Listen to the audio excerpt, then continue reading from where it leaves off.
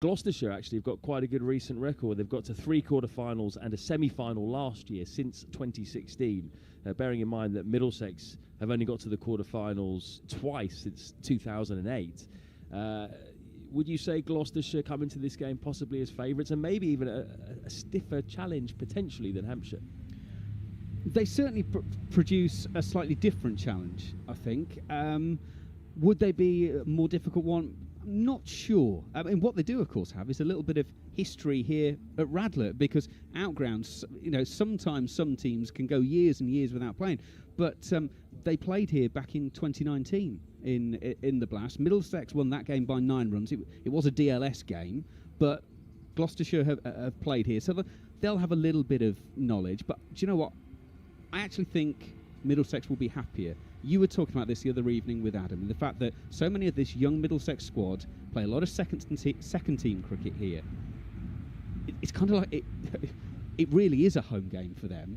In a strange way, this will feel more normal than going to Lords and playing in that enormous stadium there. So I think Middlesex will be the happier of the two teams to be playing, and more importantly, playing here this evening.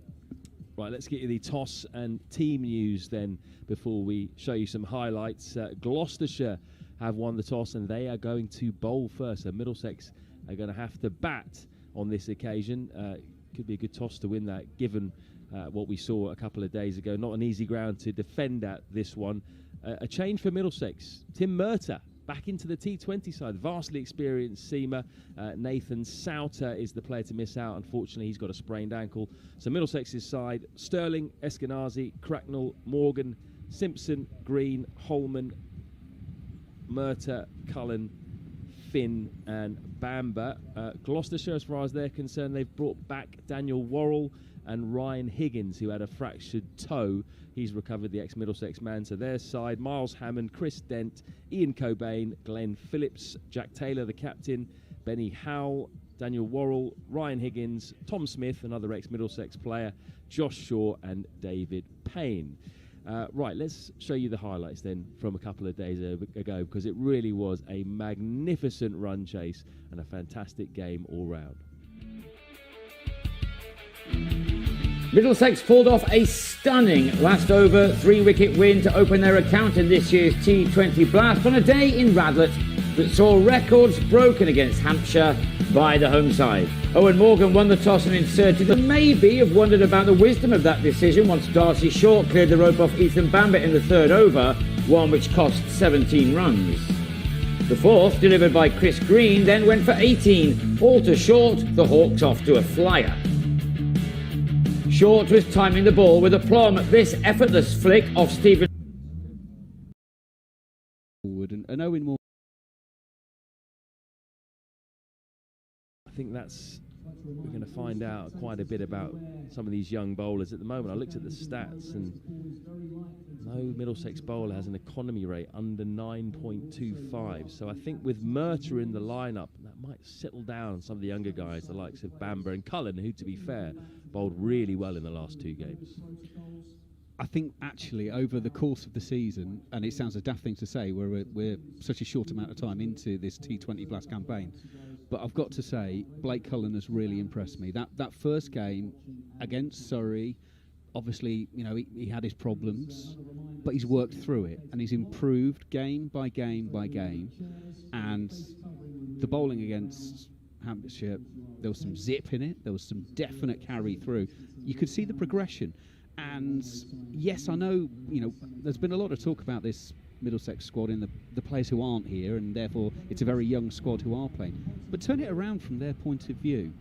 They might have got the odd game here or there if everyone was available. But what they're getting is a run of 3, 4, 5, 6 games in a row. And that's a great thing from their point of view. Not in and out. They've got some consistency of selection. They know they're going to play. Turn that around. Use it as a positive for yourself. I think, yes, it's easy to say, oh, well, we haven't got such and such available for this game. It'd be great to have them back. But actually, the guys have just, we keep mentioning, they've just chased down 215. They can't be that bad. So actually, yeah, turn it into your advantage. Right, I've got 3 or 4 games. We mentioned it before. Owen Morgan is going to be leaving in a couple of games' time. So there's a middle order place coming up. Someone's got to fill that. Great opportunity. That's the way I'd be telling. If it was myself, that's the way I'd be telling myself. I've got a great opportunity to impress captain, coach, director of cricket. Here is my chance. Yeah, Blake Cullen's figures a couple of days ago against Hampshire: 4 overs, no maidens, 1 for 29, which in the context of the game was a fantastic effort. Hampshire scored 215 off their 20 overs, and they were 68 without loss off 5 overs when Cullen came into the attack. So he was the catalyst for turning it around. And then, of course, it was that magnificent run chase, which was led by Joe Cracknell and John Simpson. Cracknell 77 off 43, Simpson 62 off 31, and then the experienced overseas off-spinner Chris Green saw them home with 26 not out of just 13 balls. But he'll be relied on more with the ball, you would think, today. With the bat, we're going to have Paul Sterling and Stevie Eskenazi opening up for Middlesex. We know how Mr. Sterling's going to play, and he hit, I would say, the biggest 6 2 days ago on the short boundary over the top of the offside into one of those big trees there on that side there. We've seen some fabulous shots already in the Blast this year. I suppose it's the advantage of it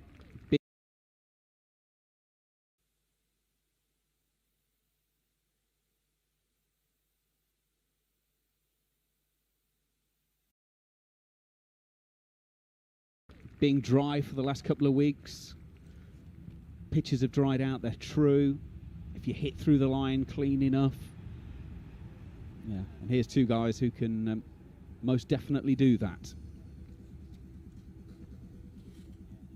Sterling's strike rate this year, 205. Can't really argue with that, can you? Not too shabby. He looked fantastic against Surrey in the first game. Hit the ball extremely hard. Such fast hands, hasn't he? Playing as an overseas player at Middlesex this year. Remember, he spent 10 years at the club until 2019, when he was forced to choose between Ireland and Middlesex, unfortunately, due to changes in rules and regulations and the fact that Ireland were now a test nation. He chose Ireland, but great to see him back playing as an overseas. He won't face the first ball. It'll be Stevie Eskenazi to do that, and it's going to be Daniel Worrell, Australian overseas fast bowler, to bowl that first ball. He's been brought into the side today. Played a lot of T20 cricket in Australia in the Big Bash for the Melbourne Stars and the Adelaide Strikers. Very good bowler. And we are off. Good start by Worrell, that, and a good single as well. Good positive start by Stevie Eskenazi. Absolutely. Get a run a ball. Get a run off everything that you can. If it's that mentality now, isn't it? It starts of, can I hit it for a boundary? If I can't, no. Where can I push it? And where can I get something to get the score ticking over? So they've got an early one through. That's a nice one to get them going. Decent delivery, in fairness. There or thereabouts. That's all you can ask for. You don't want to be coming in rank half volley or a short and wide one, giving the batsman an easy one to start with. Good cricket, as Jeffrey would say. That was a terrible Jeffrey Boycott impersonation. Sorry about that. I thought he was from Barnsley. Oh, that's some carry there. Now, we didn't see that much the other evening, did we? Bit of swing as well, actually. It feels like a swinging day, doesn't it? Kind of thick air that's hanging around here, low cloud. Worrell is a swinger.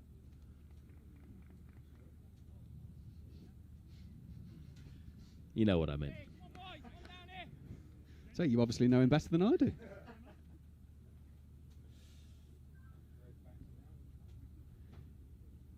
Right. So a slip and a gully. Backward point. That's just nice from the crease, isn't it? Nice and comfortable.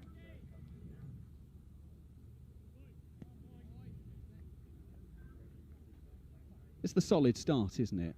As opposed to the crash bang wallop. And maybe not the worst thing.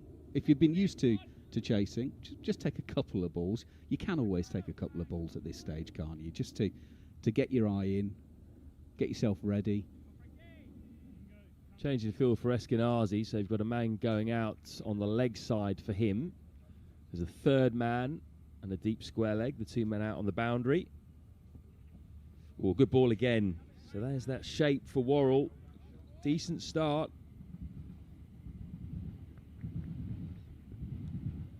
Oh, absolutely.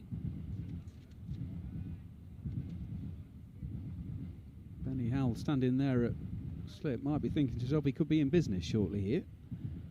Some good carry on this though, isn't there? Good pitch, really good pitch. Club wicket this, got to remember that. And again, Eskenazi just throws the hands at that one. Could do with a score actually, Stevie Eskenazi. Got one a couple of days ago. 4 against Kent. Started off with 36 of 33 balls against Surrey. But when you've got Paul Sterling at the other end, you know you can just sit in. You don't need to go hell for leather. Just provide him with a bit of support. He's never going to score slowly.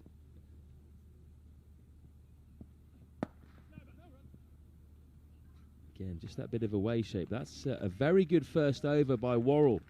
Goes for just 2. Yeah, it's a cracking start if you're a fielding side, isn't it? No freebies. Had a look at both batsmen, and you've seen the ball with carry and pace. From a point of view from the batting side, though, nothing massively alarming. Again, just have a look, see what's going to happen.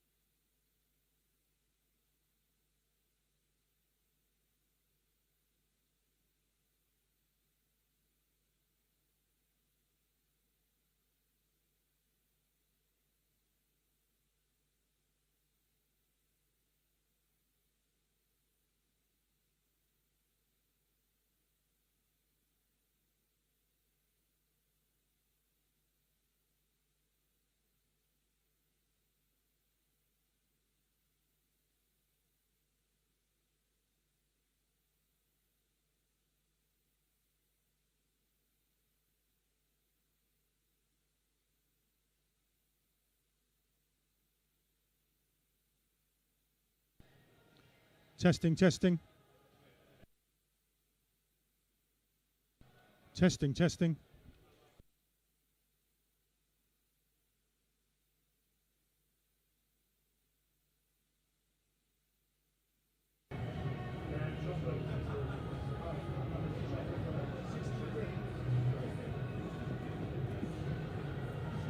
Audio test, audio test.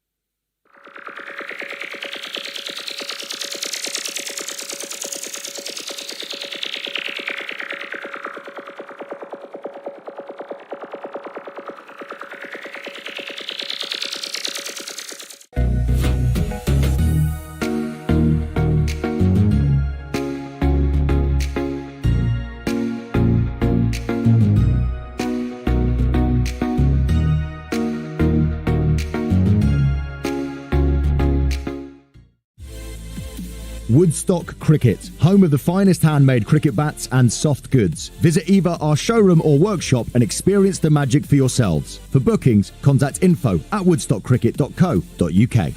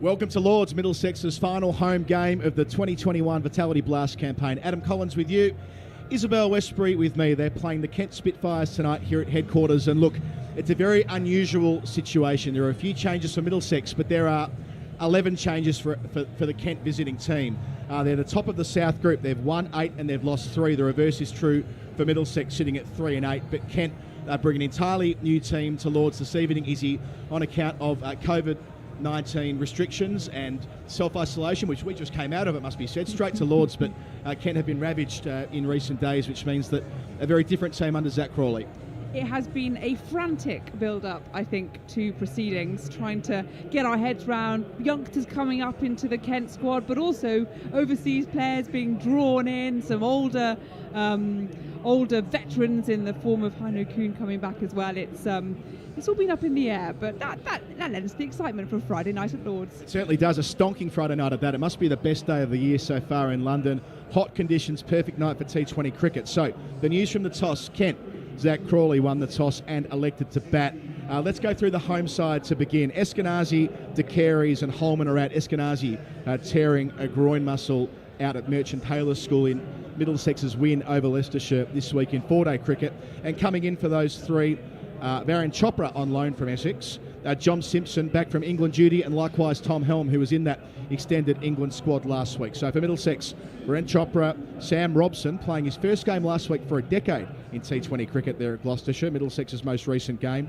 Joe Cracknell, Daryl Mitchell, the overseas from New Zealand, Max Holden, the wicketkeeper John Simpson, Nathan Souter, Blake Cullen, Tom Helm, Mujib Rahman, who has played so nicely as the overseas spinner so far through the campaign. As for Kent, I mentioned 11 changes. George Munsey announced at 4:30 this afternoon that 3 Scottish players have been flown in for this weekend. Wild times. He's opening alongside the captain, Zach Crawley. Heino Kuhn at 3. Harry Finch at 4. Callum McLeod, another Scottish player, brought in, the experienced man thereafter. Then Dan Lincoln, Marcus O'Riordan. We've got Sufyan Sharif, who's another Scottish import for tonight. Harry Podmore, Elliot Hooper, ready for his first game, and Matt Quinn. So 2 sides that on paper are mismatched on account of the Middlesex experience, but Kent have had a wonderful season. And look, they did draw that game against Sussex in the Championship with what amounted to a second 11 team. A wonderful century from Finch in the second innings, a rearguard effort there in the 4th innings of the game on the final day. And there is an incentive there. If they win tonight, they've just about sewn up a home quarter final. Yeah, I think they've got some freedom with that as well, is that knowing that they're almost certainly, well, they've got a quarter final. Now it's just a case of trying to secure one at the home venue. But, you know, it's not the end of the world if things go awry. They know that their youngsters can step up. I mean, even not so youngsters, when you think about Finch, he was the top scoring batter in that second innings down at Sussex, 115 from 212 balls, really saving the game, the draw there. And then to have the international experience as well of those 3 Scottish internationals coming in. And Heino Kuhn, of course, right at the top with the captain. I think there's never a cricket match that you play where there's nothing to lose, but I think they can come in here with not too much pressure on them. Izzy, before we go any further, we've been kitted out beautifully tonight by Crew Clothing, who've been part of what we've been doing on the Blast coverage throughout the season at Lords. This is the last game of the season, so thanks again to Crew Clothing for that. We're waiting for the teams to make their way out to the middle. I mentioned off the top that Middlesex were the beneficiary of a weakened Sussex team that came here a couple of Thursdays ago. Their first win here for the season, doing it comfortably by 63 runs. On that occasion, it was Nathan Souter who bowled beautifully after Stevie Eskenazi and Max Holden polled on the runs when batting first. Tonight, it'll be a different story bowling second. But, yeah, Nathan Souter, he's been in fantastic form, going at sevens with the ball, averaging 16 so far this season. He's got a 100 contract. He's been a much improved player. Well, yeah, the T20 format was the format in which he made his name in Middlesex colours. And we also heard that a few weeks ago that he renewed his contract here. So this is home territory in every sense, and I'm really looking forward to him bowling. Stephen Finn, of course, the captain of this white ball team. There's nobody who's taken more wickets in the SouthGroup this season than Stephen Finn. His 16 scalps, going at about 8.5 and over, but taking his wickets also at 18. The ever-reliable 32-year-old. Yeah, and I think it's one of the things that happens quite a lot in Middlesex seasons, is that you have individuals kind of sticking their hand up and really excelling, but then the team coming together at the right time never seems to quite happen, and that's why they're straddling the bottom of the table. So a real frustration once again for anybody of a Middlesex persuasion, but I mean, here's a chance again to show what they can do, rebuild and see what's in store for the future. Umpires just readying themselves to cross the rope. Baron Chopra are signing for Middlesex during the week. We're talking about Kent signings of 3 Scottish players at 4:30 this afternoon, but Chopra, who's a mainstay down at Chelmsford, having of course debuted back in 2006. He's not been part of first team conversations this year though, and that gives Middlesex the chance, with Eskenazi out due to that groin strain, to pick up an experienced pair of hands at the top of the order. Yeah, it's been one of the sort of the hallmarks of the impact of the pandemic. Is not only has it allowed sort of youngsters to come in at a time when they perhaps wouldn't be expecting it, or almost you could say a bit prematurely, it's also meant that a few of the older veterans of the game have been able to come back and show their worth, and we're seeing that with Heino Kuhn coming in for Kent, but also with Baron Chopra, who I see has got a few more grey hairs than when I last saw him. And what about Sam Robson? I mean, last week he played down at Cheltenham in Middlesex's loss down there to put them to the bottom of the table in the SouthGroup. But in the case of Robson, he had not played a T20 for Middlesex. He was 1 day short of 10 years. It was July the 9th, 2011, the previous time that he turned out, which is staggering when you think about it. I mean, it's a long career. He's in form, though, making 154 on Sunday out at Merchant Taylor School, by far the most impressive performance with the Middlesex batters in that 4-day game. And listen, I don't think it's for want of trying or willing to play T20 cricket. We saw something similar this time last year in the form of Tim Murtagh coming back in to play T20 cricket for Middlesex after he hadn't played for an awfully long time as well. And I think there's sometimes a frustration amongst the county championship players that you almost get pigeonholed into being a long-form cricketer. But I think we can see from the international stage that if you're brilliant at one form, your class can often pervade the others. And well, he only got 13 in his last match, but I think Sam Robson will be enjoying his chance here. So out come Middlesex in their red tops, of course, playing tonight for the Ruth Strauss Foundation. There are 2 ways you can get involved in that through the course of the evening. The first is on the Middlesex online store, where the replica red shirts will be available, with a percentage of proceeds going straight to the Ruth Strauss Foundation. And the second way, which might be a fraction more fun as well, all 14 players in the Middlesex squad tonight, Izzy, are donating their shirts to the charity, and they'll be auctioned off. 100% of the money coming from that auction going straight to the charity. So the link here is in the notes on YouTube, but givergy.uk, so givergy.uk/MVSKT20. It might be easier to click that in the YouTube description, but that will take you straight to the auction site and a chance to be part of what we're doing tonight here at Lords for the Ruth Strauss Foundation. As Kent's George Munsey prepares himself to take the first ball. Of course, no names on the shirts, just enough time to get the numbers on there, wearing number 93. That's something He's that there with I've Zach actually... Crawley. Sorry, is. The numbers on shirts and the kit, men and women, that's actually something that I hadn't really thought about until when the New England ODI squad were announced, last week, and they were all ushered in. Apparently that was one of the big issues, was getting all the kit to the right people in time, or making sure you had enough kit. I don't know if you remember, there was that tanker that got stuck in the Suez Canal at the beginning of this year. Yes. Well, that delayed a lot of the England kit coming through, so they had massive problems already with a backlog of kit. And now they're having to get even more because of all the different COVID substitutions. It's absolutely madness. It's been quite the summer here at Lord's. Majib is going to take the first over with his mystery spin. Bowling at the recruit Munsey, the Scottish international. Players called by umpire Long. We're away at Lord's.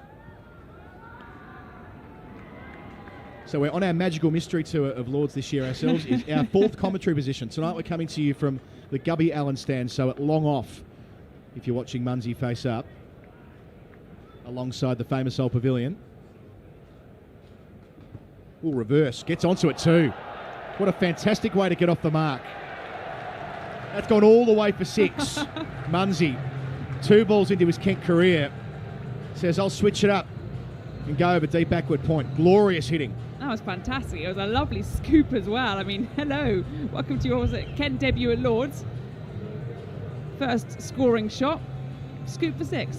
Backward scoop. Reverse scoop for 6. Madness. Yeah, it's kind of a combination between the scoop and the sweep there, wasn't it? Either way, it was mightily effective. So the fielder's out. Deep square. Deep mid-wicket. And again on the reverse, and the result's the same. A second boundary. Well, a 6 and a 4 to start for Kent. They've had a magnificent season.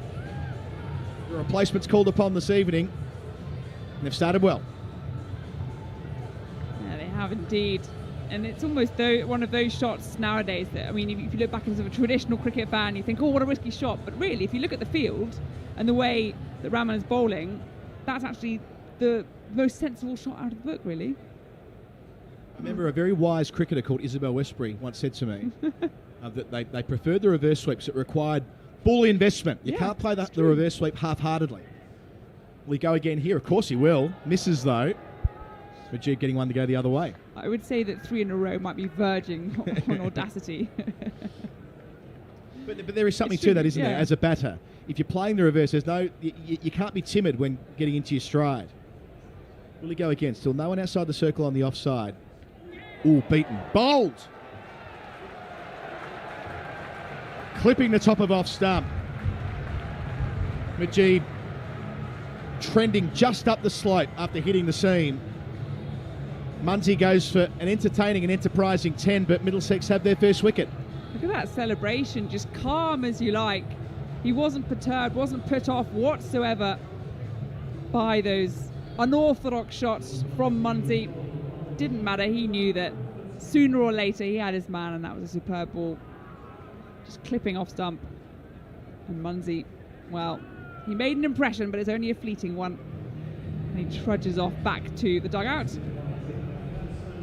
Back to the dressing room, indeed. And it looks as though Heino Kuhn, the stand-in captain for the county championship side that were mustered together to play against Sussex last week, Kent, they had a positive COVID test that meant the rest of the team, the T20 Blast team, and therefore most of the county championship side, were forced into isolation. And Heino Kuhn, who has been playing second 11 cricket mainly this summer so far, the 37-year-old, was brought in to captain the scratch 11 against Sussex. So he's 37. He's 9 years. He is 9 years older than anybody else he captained in that county championship game. 5 of the 11, were born in this century. Stop it. Yikes. So deep mid-wicket, long on out. Kuhn to start off the mark. Yes, Heino Kuhn, of course, who was the club captain until a couple of years ago. End of a successful over for Middlesex, 11 for 1. So Kent won the toss and elected to bat, which has been their formula through the season, when they really have enjoyed batting first and putting up a score.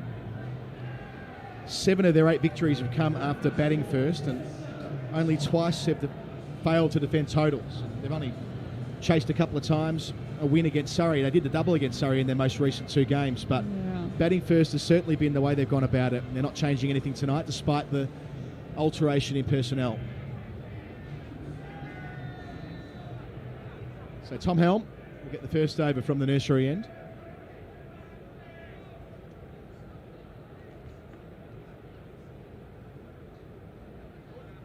Deep third. And a square leg outside the circle. Slippy position. Oh, drop catch. Put down at point. In and out. Either stick or they don't. And that's going to wear. Just have another look. He's got a great pair of hands too, Joe Cracknell. We've seen that through the course of the competition. Usually riding the boundary, but inside the circle early on, of course, there at point. It was hammered to him by Heino Kuhn, but didn't stick. Zach Crawley gets the chance to face his first ball. After spending the last week or so with the England replacements, he's now leading the Kent replacements.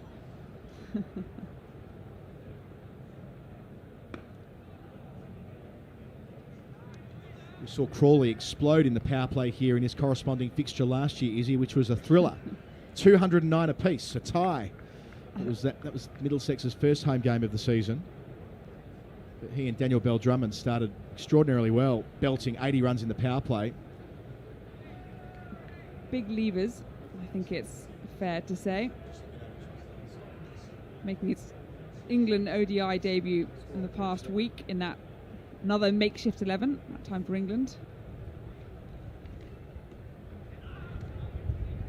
And I think Crawley really did get his opportunity for England on the back of his Kent blast form. I mean, he's been exceptional so far this season. You look at the way that he's been able to play at the top of the order, building a foundation consistently. Well, he's another one that will argue that class pervades across the different formats. He's a good batter, and therefore he just needs to adapt, concentrate on one or the other when and if the time comes. Yeah, 342 runs at 38, a strike rate of 157 for Crawley. That was last year in the blast. Quick single, but even a direct hit from Cracknell would have likely been home. But even looking at that shot there, I mean, he makes full use. I think this reminds me of somebody else that made full use of their height. You know, normally, quite often you think about batters as being, you know, the best ones being quite small in stature, like stocky in a way, low centre of gravity. But, you know, Kevin Peterson, he was somebody who was very tall, big guy, and really made full use of that height. He's standing on his tiptoes, and Crawley there really getting over the ball. It's lovely, lovely to see.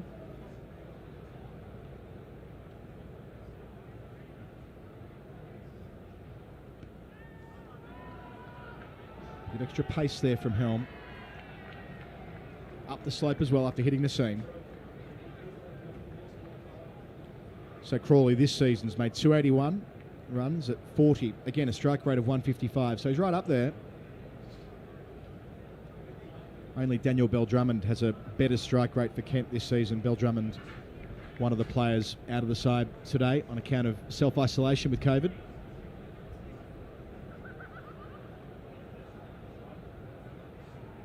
Much as it was for England last week. 11 changes for Kent today.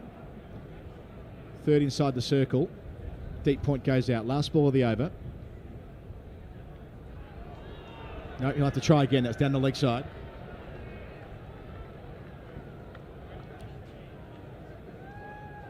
I'm trying to wonder what I think of the red and blue combinations. It's a bit like the solar red that we had for England kit a few years back down the line. Yeah, it does have a bit to it, doesn't it? The solar red. It was a bit Marmite, that outfit, wasn't it? But I quite like this. More traditional, a deeper red.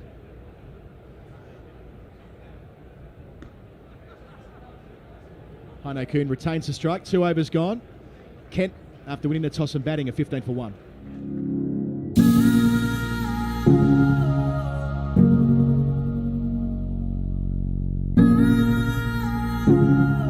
Head over to the Middlesex Cricket online store and buy one of these replica Ruth Strauss Foundation cricket shirts. They're limited edition. They'll only be up for a limited time. A proportion of the proceeds go to the Ruth Strauss Foundation, so head over there and buy them, please.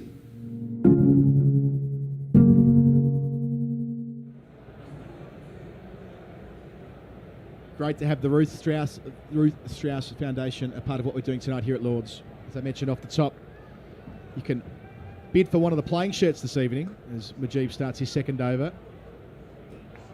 Easy to mid off, one there.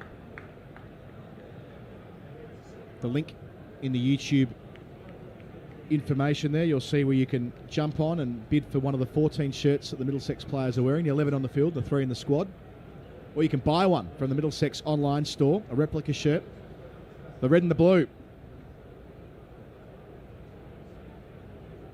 Long on and deep square outside the circle.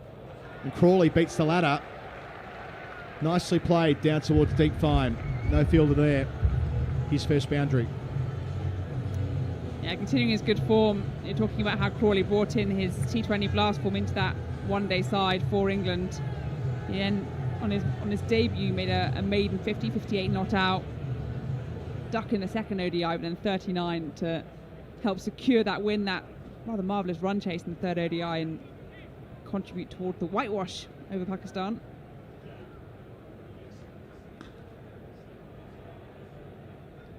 It's a mighty performance from England, wasn't it? To win 3-0 against Pakistan, who did have a full-strength team over here. Gives a real sense of that depth that we have in England white ball cricket. John Simpson played his role, performed with distinction. Behind the stumps here and in the action, making sure there's no single after deflecting off Kuhn's thigh pad. Yeah, I think John Simpson was almost the best story of the lot, because he's somebody who's been such a performer. Dancing over the top, into the gap at deep mid-wicket. Might have the legs to go for 4, and it does. So 2 boundaries in the over, one for Crawley, one for Kuhn. Yeah, John Simpson, I think, we talked about BBC colleague Kevin Hand, has always talked about, I mean, he, one of, if not the premier county gloveman, and yet was probably never realistically going to get a chance with England. Yeah, just born at the wrong time, wasn't he? Short fine does the work there with the captain, Stephen Finn. When you think about the end of 3 overs, 25 for 1. The sort of the premier batters that play for England, who also can wicket keep but are sort of consigned to the field. Sam Billings, Joss Buttler, Johnny Bairstow, Ben Folk can't get in the team. John Simpson was some way down the pecking order, mainly based on batting ability because of what he had in front of him. So it was almost like a fairy tale to cap what has been already an extremely accomplished county career to date, of course. Yeah, and a player who will be in the 100, will be on television in that competition later in the month. Helm starts a fresh over. Turned around the corner by Kuhn, who moves into double figures from the first delivery. So he'll have a chance to continue to reinforce that he is a very capable cricketer if there were to be a situation as there was in the Test series against New Zealand, where James Bracey was given the gloves for that assignment. Perhaps if they had their time again, it would have been John Simpson. And with injuries and COVID bubbles as they are at the moment, it's always good to have your name out there. Now it's very good timing for Simpson on that front. Deep point goes out for Crawley. Deep square, the other fielder outside the circle.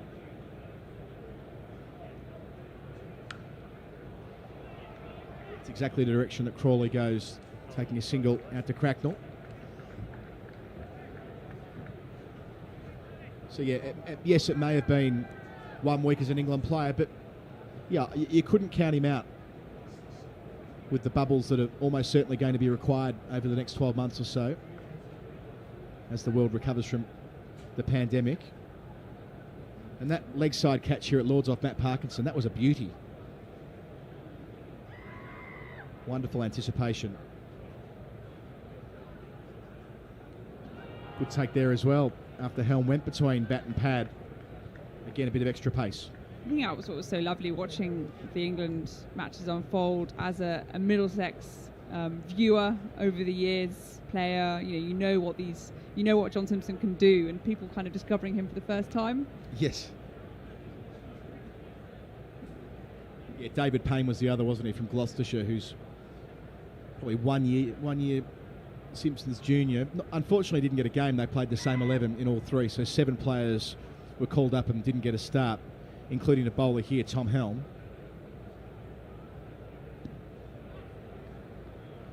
Tried to make room there, Heino Kuhn, but made too much room. Helm following him with a well-directed full delivery off the pads. Yeah, well bowled, Tom Helm.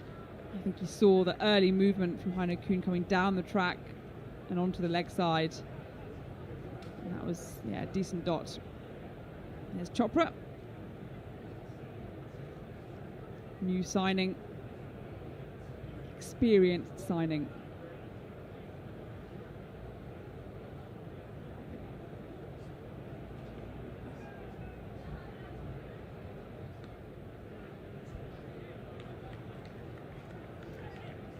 And they need a bit of experience tonight to bolster the batting lineup, losing Eskenazi, who has been brilliant, especially over the last couple of weeks. All told, 399 runs at 44 at a strike rate of 141.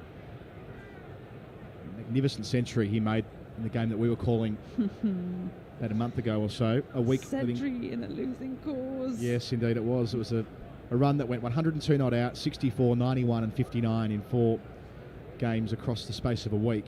But yes, Torrey's groin when batting at Merchant Taylor's on Sunday, and that's that. Across the line, gets plenty of it. Does he get all of it? He does. Zach Crawley attacking the grandstand boundary and doing it well. He moves to 13. I love that. You just crack a 6, easy as you like, nice pick off the legs. Then he starts examining his bat, because he hasn't quite struck it as nicely as he wanted to. Well, it didn't make a particularly nice sound. That's why I showed some hesitation, saying, has he got all of it? Because it sounded like it did clunk somewhat, but no. Modern bats as they are, and all the strength through his upper body went all the way. 4 overs gone, 35 for 1. Crawley, 13 of those from 7 deliveries. I wish I was the kind of batter that could miss-hit 6. Here's the captain, Stephen Finn. 16 wickets at 22, an economy rate of 8.8 so far this season. But much as it was last year, consistently takes wickets. Yeah. 4 for 19 is best so far this year. He has led from the front, and I'm sure it's frustration to him as well. Middlesex haven't done better. Straight back over his head. And in the power play, that's 4 runs. Well, no inhibitions there from Heino Kuhn. Stand and deliver. And that one just sitting in the slot there from Finn. Doesn't have quite had the pace as he used to do. Didn't really have to move at all, did he, Kuhn? Straight as they come. Lovely shot.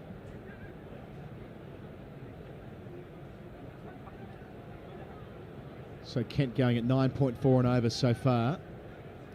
Losing the 1 wicket, that of Munsey, for 10 in the first over. Interesting decision to move the field now, considering that one was A, the first ball, B, straight back over his head, but you're not going to have any fielders anyway. Yeah, so a deep square and a deep mid wicket on the mound stand side of the ground. And Finn bowls to that field. Good cricket.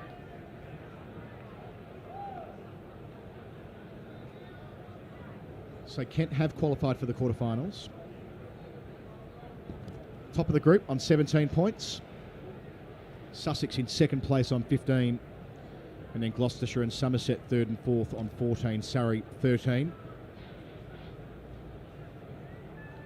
The only 5 teams in contention for the quarters.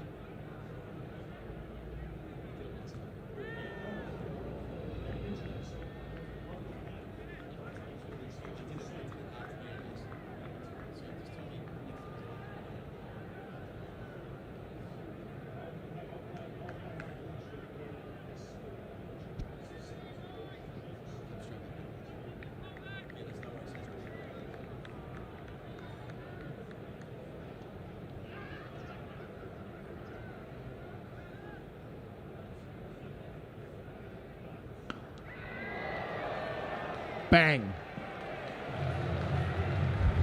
Nearly pops it into the pavilion there, Crawley. just fell short of clearing the pickets. I was about to say, Adam, that was coming our way. That was almost scooped up, wasn't it? Bottom handy. But he's got the power on him and the timing. This is a very good start as far as Crawley is concerned. Not quite as explosive as we've seen him here before, but you feel more assured. Yeah, he wants to be a 3-format international, that's for sure. 2 sixes to Crawley.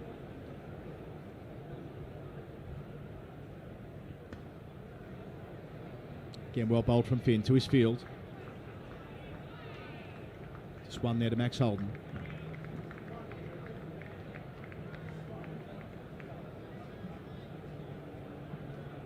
So Kent can't miss the quarters. But looking forward to seeing the way that plays out between Sussex and Gloucestershire and Somerset. And then Surrey sort of floating around, nagging there on 13 points.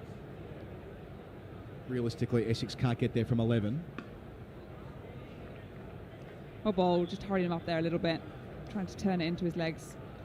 End of the 5th over. Kent 47 for 1. Middlesex Cricket will be auctioning off these shirts that are going to be worn in the match versus Kent. 100% of the proceeds will go to the foundation. They're signed. Spend your cash, get involved.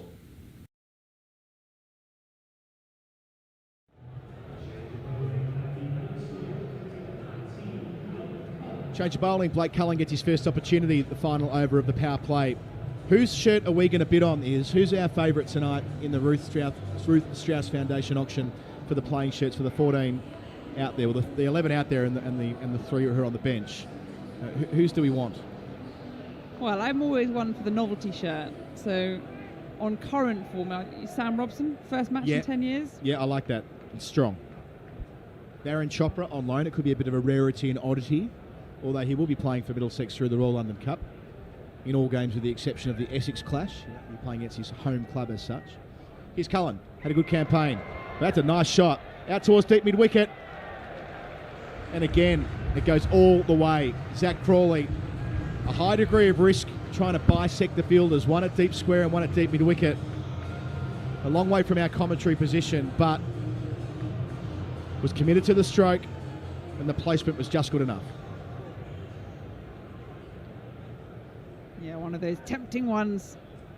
Just got there. That's all that was needed. Goes again. Doesn't quite go the journey, and a juggle catch. Really good work there by Max Holden on the rope. An important piece of fielding brings the second wicket for Middlesex with Kent 53 for 2. Crawley falls for 26. 3 sixes, but couldn't clear the leg side rope for a 4th time. Yeah, broad grin there. Holden knowing that he only just hung on to it by the skin of his teeth. But job done. And that's the first wicket, a good wicket. And sure, they practice it. Yes, they do a lot of training on the little do-si-do across the boundary line, but to execute it in practice is another thing altogether. And it means that Crawley, who really was looking to start going, a few accomplished strokes, decent looking sixes, even the ones that he mishit. And there on 26, that's a frustrating innings, isn't it? Because you know you're in your groove, you know that you're striking them right, and then to get plucked out at that point, frustration all round. But it's a good start for Kent, 53 for 1 into the 6th over. Blake Cullen's 15th wicket of the season. Now, he's taken 14 at 19 before tonight. I don't expect he would have thought he would have played a lot of T20 at the start of the season, but due to the fact that Middlesex had a number of injuries to their fast bowling stocks, he was given that chance and a bit of a chastening experience in the first game against Surrey. But, gee, he's bounced back really well. Player of the match in the performance against Somerset down in Taunton a couple of weeks ago in a losing effort. Rarely do you get named player of the match in a losing cause, but 4 wickets on that evening. Influential in the win against Hampshire out at Radlett, as he was here against Sussex with 3 wickets a couple of Thursdays ago. So you look back on this as an important stepping stone. 100 contract out of it as well, Cullen, who bowls. Well, that's a bit quicker than the one that came before it. Shout for league before. Turned down. Yeah, Cullen was announced as one of the wild card 100 contracts, wasn't he, in that late tranche of players. Exciting prospect. Lovely action as well, a repeatable action. What a night for it out in the terraces here at Lord's. Glorious evening. Must have been the hottest day of the year. Someone texting in to donate to the Ruth Strauss Foundation. I certainly hope so. Get one of those shirts. Maybe get Blake Cullen's shirt. That might be a collector's item down the track. This guy, 19 years of age, goes on and has an international career, and he's certainly trending in that direction. Not immediately, of course, but he's on the pathway, you could say.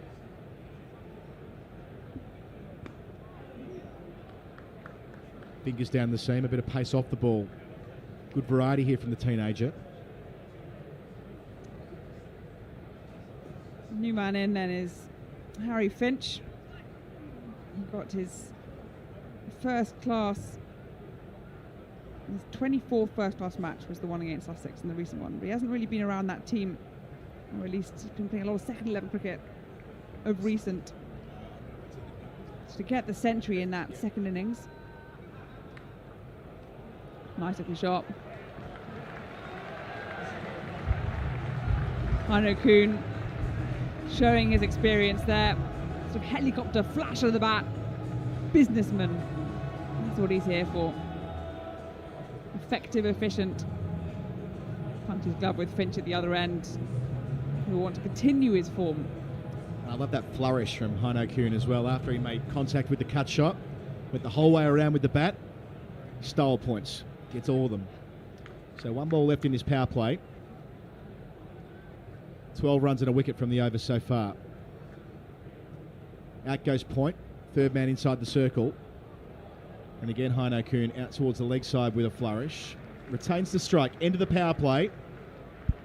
Kent 60 for 2, losing Munsey and Crawley along the way. Thanks tonight for our sponsor, London Fields Brewery, looking after our stream this evening here at Lord's. Modern beer from East London's original New Wave craft brewery. Head to their tap room in Hackney or jump on londonfieldsbrewery.co.uk. And how's this, Izzy? For every 4 or 6 hit tonight, they're going to pop in 20 quid to the Ruth Strauss Foundation, which means they're already up for 160 quid. It could be a quite expensive night for them. I hope so in many respects. What we need is another one of those thrillers that we saw in the last time these two teams were here, Middlesex and Kent. Was it 212 apiece? Tie at the end. Many, many boundaries and high-scoring match as well. We've had a few high-scoring matches down at Lord's. It was 209 apiece. And if I recall correctly, I think Kent knocked 80 in the power play and still managed to lose. Or not lose, but not win. It felt like a loss. You know, not win. Sometimes in a draw or a tie, there's a winner and a loser. Start of the first over in the accumulation phase. It's a spinner Souter for the first time tonight. A couple out to extra cover. Good running. Yes, it was Bell Drummond and Crawley. They got them off to a flyer. And then Stephen Finn and Tom Hill put the brakes on. I remember watching the first 5 overs and thinking, okay, this is going to be done pretty soon.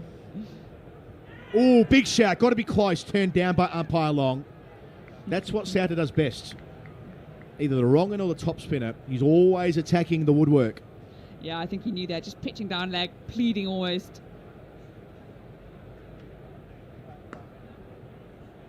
Nice clip. I mean, there's an awful lot to like about the way that Nathan Souter's bowled in his competition. Super consistent.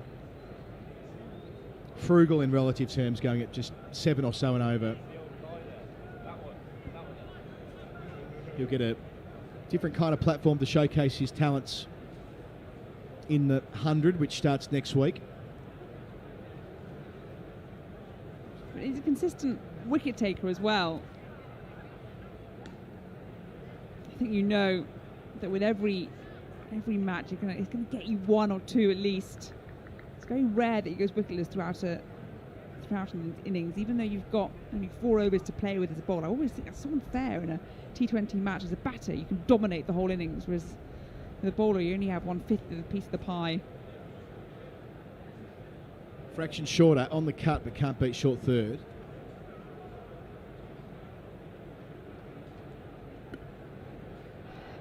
Oval Invincibles is who he's playing for. So he's going across the river to play 100, for the team. Controversial, at really. the Oval. I remember when the Kia Super League started back in 2016. Ooh, on the money there, Souter. Deep in the crease was Finch, gets through for a single. End of the 7th over. Just 6 runs coming from Souter's first, 66 for 2.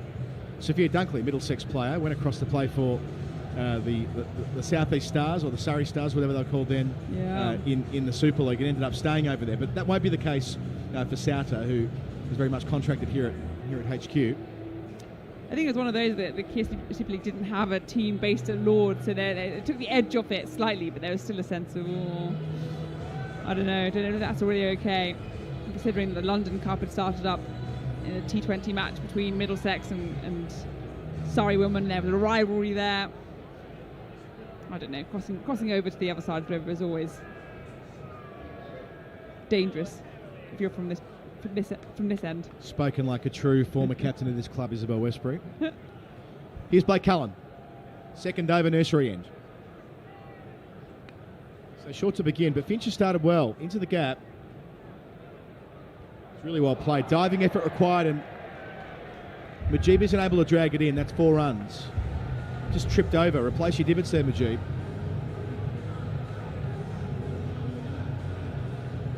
That is some bit of turf that he's managed to dig up there. We were slightly obscured from our commentary position watching it the first time around, but yes, it was left knee into the turf, just in front of the Woodstock cricket sign, and into the boundary it goes.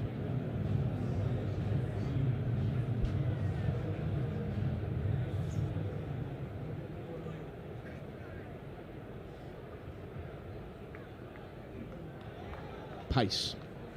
Just looking at that replay, he really did stick his knee in there. It's one of those that you just hope doesn't catch anything, doesn't cause one of those freak injuries. He seems to be all right. I like his shoes, tell you that much. The red, rather complementing his outfit. Yeah. Not so much the yellow. Yeah, Cullen started really well here again, past the outside edge, I should say. And the shorter one now. So he's mixing it up. The previous delivery was there to drive, and not giving him 2 deliveries the same to look at consecutively. Immediately you see the frustration there from Finch, just glancing at the square leg umpire, got nothing for it. No, that's fine.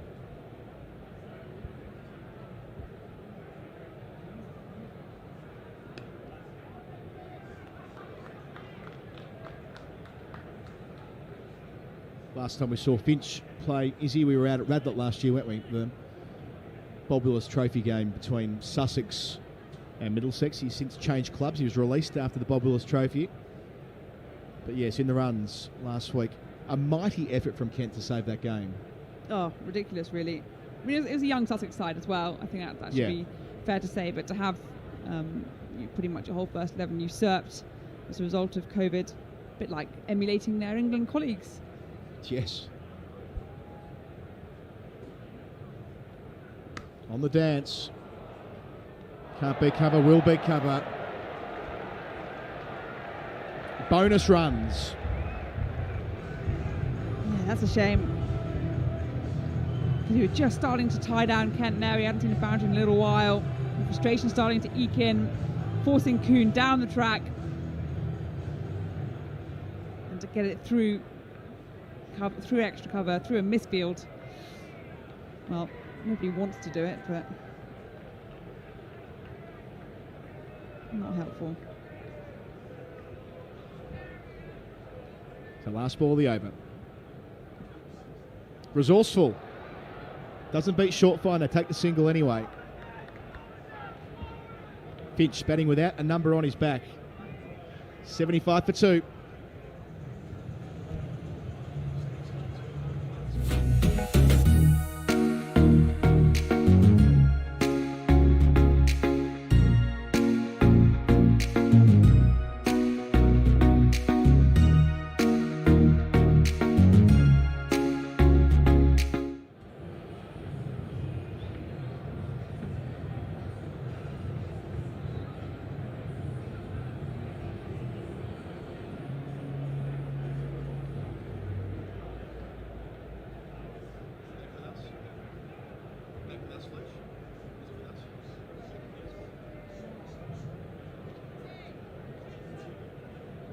So Heino Kuhn, he's 31 from 24 deliveries.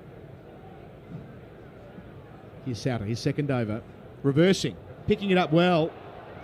Not much of a gap to work with there, and he's just about got it down towards the rope in front of the grandstand. They come back for a couple.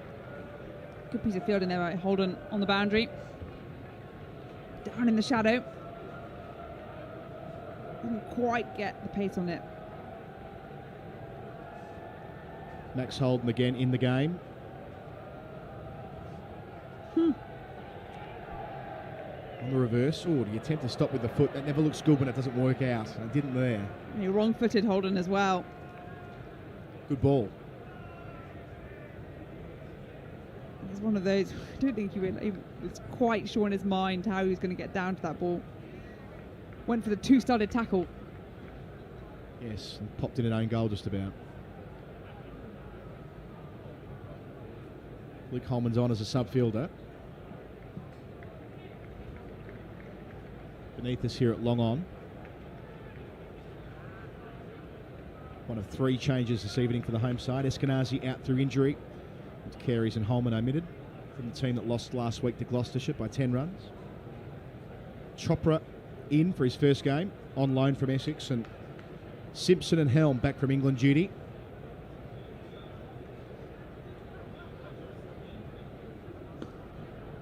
Down towards Holman. Can he cut it off? Dive required. And just drags it in. Super fielding. He may not be in the starting 11 tonight, Holman, but he's made his contribution there. That was really well done.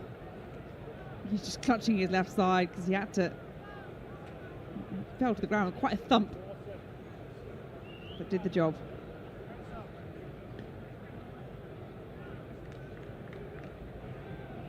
Trying to work out who Holman's on for. Yes, I was trying to work that out.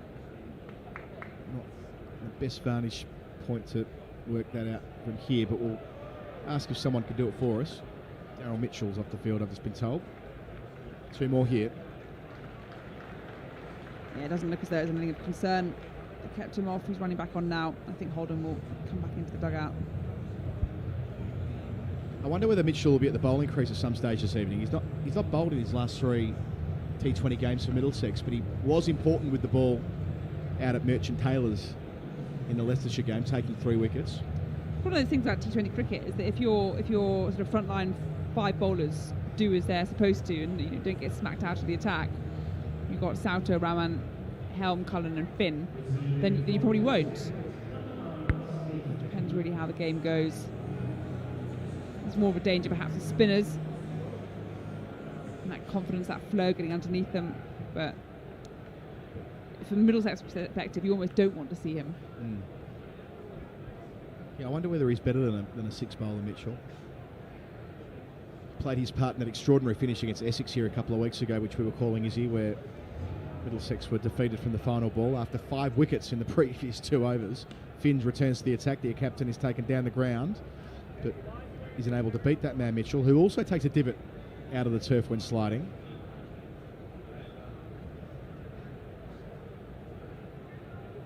Less than a week ago since the ODI, the second ODI, that Pakistan series was played over here. I wonder if there's been a bit of relaying going on. I don't know. It does seem rather easy to do at present.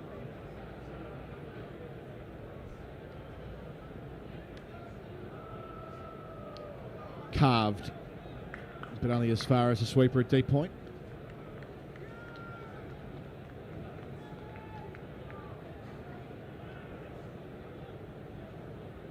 So to come for Kent, Callum McLeod, the experienced Scotsman, signed today. Then Dan Lincoln, who was a Middlesex player in the Blast last year, released at the end of 2020. Here he is tonight, returning to Lords. Making room. Good contact from Finch, down the ground, mid-on inside the circle, his first boundary. There seems to be a concerted plan against Finn, is getting into position very early and trying to get him back over his head. And I wonder if it's just that knowledge that he hasn't quite got the pace that he once was. I know we keep on going on about that, but it means that if he slightly over pitches it, it's a nice half volley and easy enough to get underneath. Yeah, good batting from Finch.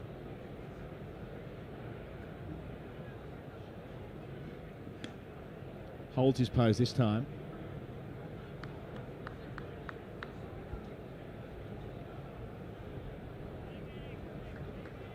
So nearing the halfway mark. Kent pretty well placed to push up towards 200.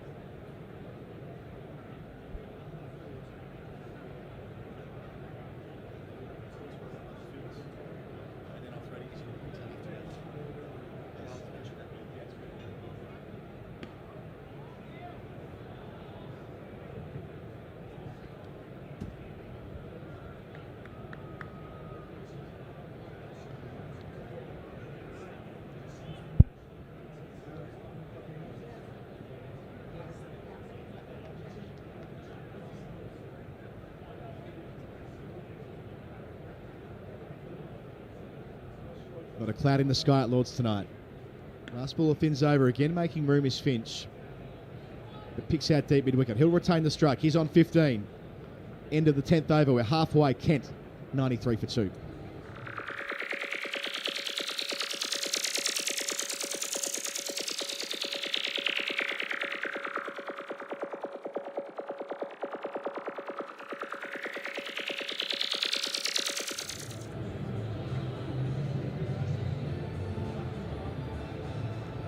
London Fields, our sponsor tonight. London Fields Brewery, I should say. As you saw in the ad there, 20 quid for every boundary hit this evening going to the Ruth Strauss Foundation. Check out their work at londonfieldsbrewery.co.uk. Thanks for being with us here tonight at Lords. Gorgeous evening at that. Over the back there of the Warner stand. We're on the other side of the pavilion, Izzy, as I pass over the commentary to you for the next 10 overs. But what a lovely time to be here after missing so much cricket. A night with not a cloud in the sky. It is indeed. I just caught the end of that pun from London Fields. Don't worry, be hoppy. I'm not quite sure. I'm always up for a good pun, but that feels almost on my sort of terrible spectrum. Rahman is going to come back and continue from the pavilion end. That's short and dragged. I think you might get a 4 for this. It's well hit, and indeed it beats Nathan Souter down there at the boundary. That wasn't a great one to start with from Rahman. Short, wide. Finch continues from the form he showed earlier this week.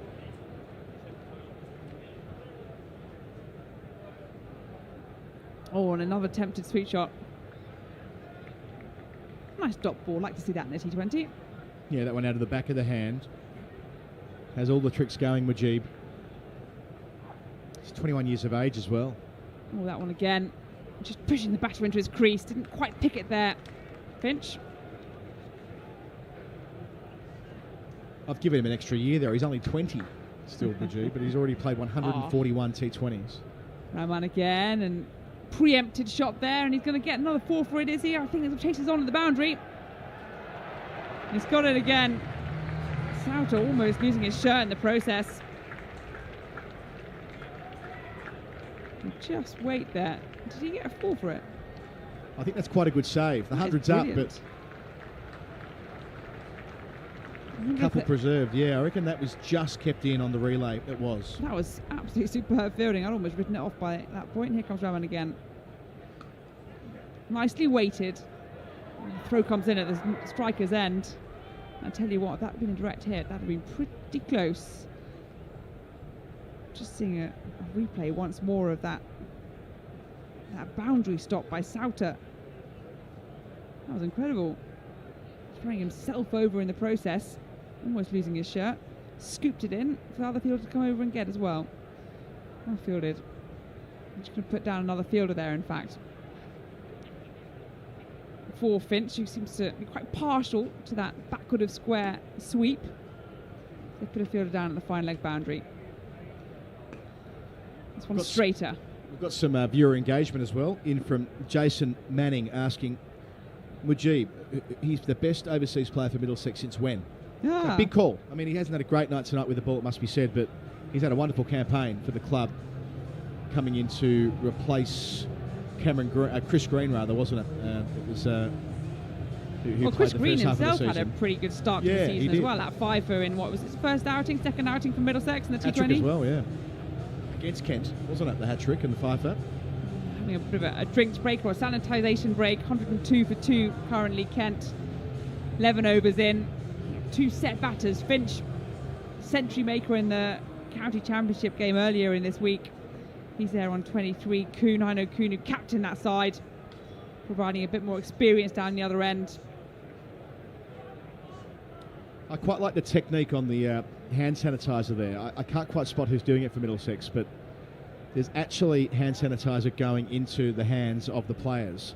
That hasn't always been the case in games we've covered this year, where it's almost a token effort to bring the bottle around, but not a lot of gel comes out. But that was done diligently. Reminds me of the F1 Formula 1 pit stops.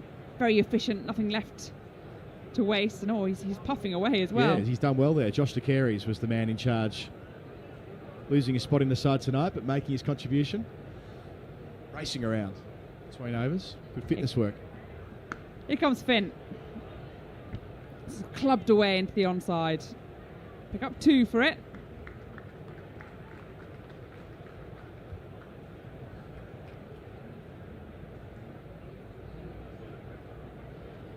$104 for 2. I feel it's a good. I feel if I was in Kent colours, I'd feel quite reasonably happy about this. Mightily so.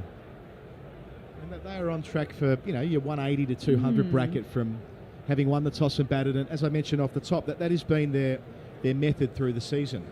See a change to the field finally coming up inside the circle. I mean, they've defended 176, 178, 183, 144. Finn and Finch early into position again, trying to lean into the offside.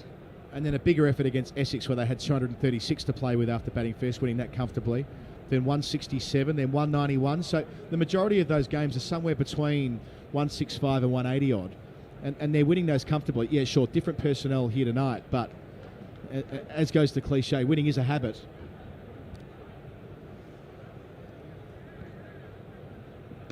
Look at that, early into position again, and he's found, say, the gap, but over the infield.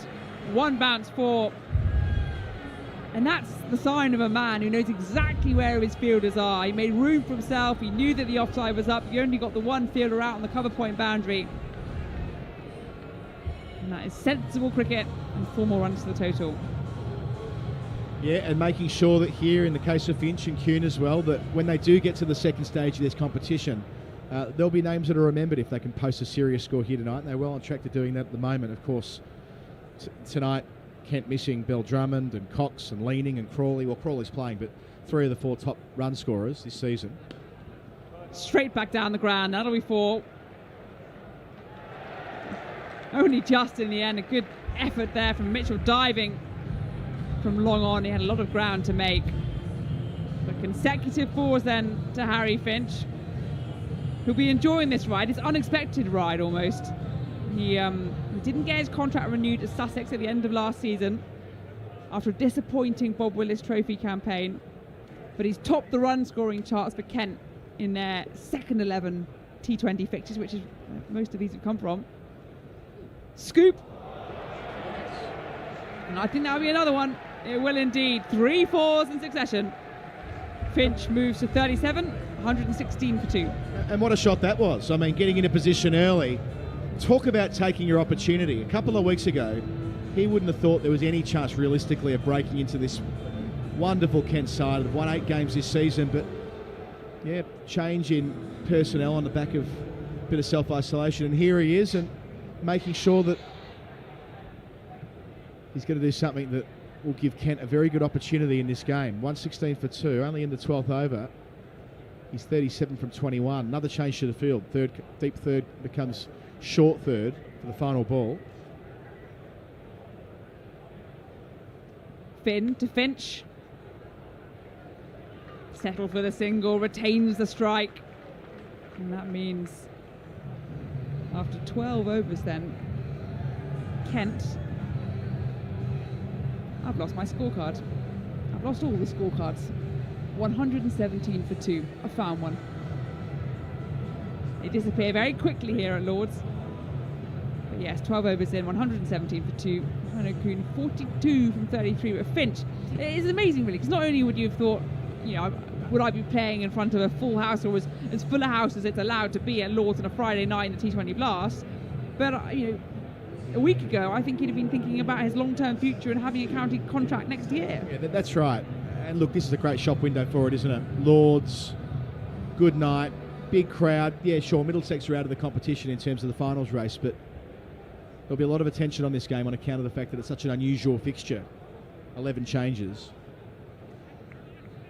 Attempt to carve it into the offside. Souter, the spinner now from the pavilion end, changing it up Middlesex. And it's something we should get used to across the course of the next month is as well, between now and the 16th of August. Oh, back leg. Half-hearted appeal. Just outside the line there. Until the self-isolation protocols change when it comes to those who have 2 vaccinations, there'll be a lot of cricketers who are unable to play in the Royal London Cup and the 100 for that matter. Lots of cricketers, broadcasters, everybody else. It's going to be a tricky month to navigate. Let's hope the cricket stays. This is going to go straight down the throat of Long On, and Daryl Mitchell there settles himself, had a few paces to make as the ball shrunk into the shadows, and Souter, we said he gets about a wicket a match, and there you go, that's one for the evening so far. Middlesex have another. It's their third one of the evening, and it's that of Haino Kuhn. He falls for 42. Yeah, very chilled out there, Mitchell, wasn't he? Beneath us here in the Allen stand, a couple of paces in, had to wait a bit underneath it. Kuhn didn't get much of it. Good innings for 42, laying the foundation for the visitors, but yes, Nathan Souter always busy routinely in the wickets in the book again tonight. Dependable man in the T20 format. And now an interesting wicket, that one, because it was Finch really that had hogged the strike almost. The one with the momentum, the one that's got the 4 fours back to back against Finn. But Haino Kuhn now in his 40s, the experienced man at the crease. This will be interesting then. Callum McLeod, Scottish Callum McLeod. The name wasn't a giveaway, but he of course has had form against England in the white ball format. A very explosive player indeed. Yeah, fabulous cricketer, Callum McLeod. 32 years of age now. It's caught up with me a little bit. I thought he might have been in his late 20s, but now 32. Experience at Sussex and Durham and Warwickshire across the journey. A couple of T20 hundreds, average of 29. He's played nearly 50 T20 internationals for Scotland. That's full and off the mark straight away. Yeah, 120 T20 appearances throughout his career, variously at Durham, at Derbyshire, at Sussex, and now at Kent. He's gone all around the country. Averaging just shy of 30 in the format as well. Floaty one, Fuller. Pushed down the ground from Finch. 120 for 3.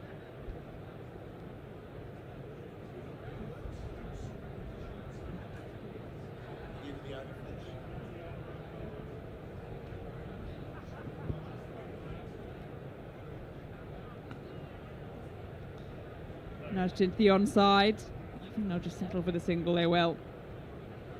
So then after 13 overs, Kent 121 for 3.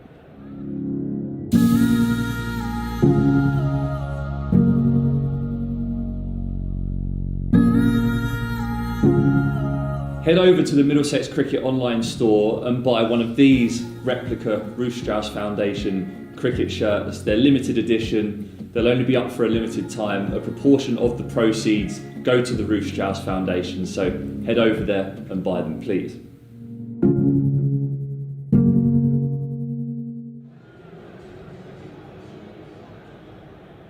I haven't got a replica Middlesex shirt, Izzy. You've got playing shirts from having represented the club. I certainly didn't do that, but this might be the night. This might be the night. Replica playing shirts from this evening. Money going towards the Ruth Strauss Foundation.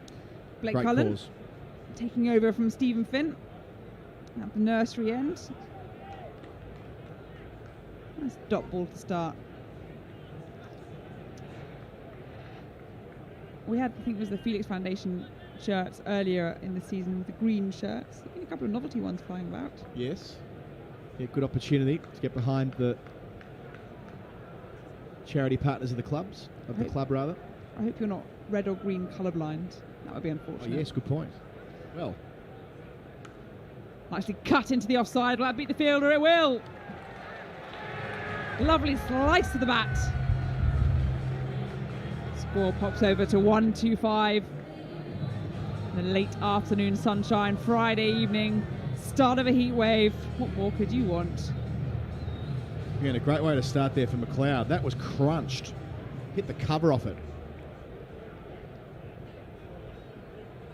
That's 4 anywhere in the world.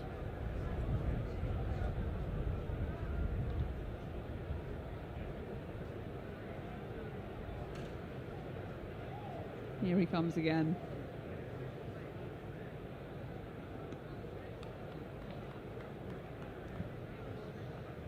Mujib Fielding in his rather fetching shoes. I've been really taken by them, the red and the yellow.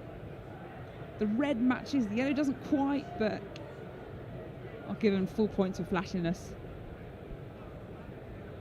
Changing the field, it looks like. We've got a colour point down on the boundary. The third man is being brought up inside the ring. Fine legs down there, as is square leg, deep out on the boundary, and a mid-wicket.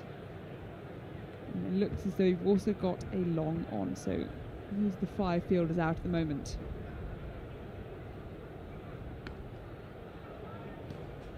And that will go to one of them. Nicely set field for the young fast seamer. Yeah, really looking forward to seeing Blake Cullen go through his paces in the 100. Again, just the extra level of exposure for a young player. It was at the Under-19s World Cup a couple of years ago, but up against some of the best players in the world he will be over the next month or so. Oh, was that a catch? I think he has. I think that's McLeod. That's done him. That's his evening so far. He might have flown in all the way down from Scotland. But he departs for 7. And he wasn't sure if he got anything on it, but the umpire was, as was the bowler. And as was John Simpson with an easy catch behind the stumps. And that'll be the 4th. So stalling then this Kent innings.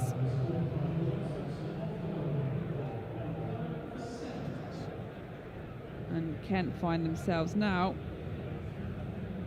1-2-7 for 3. Yeah, effectively steered into the gloves of Simpson. The 4th wicket to fall for Kent.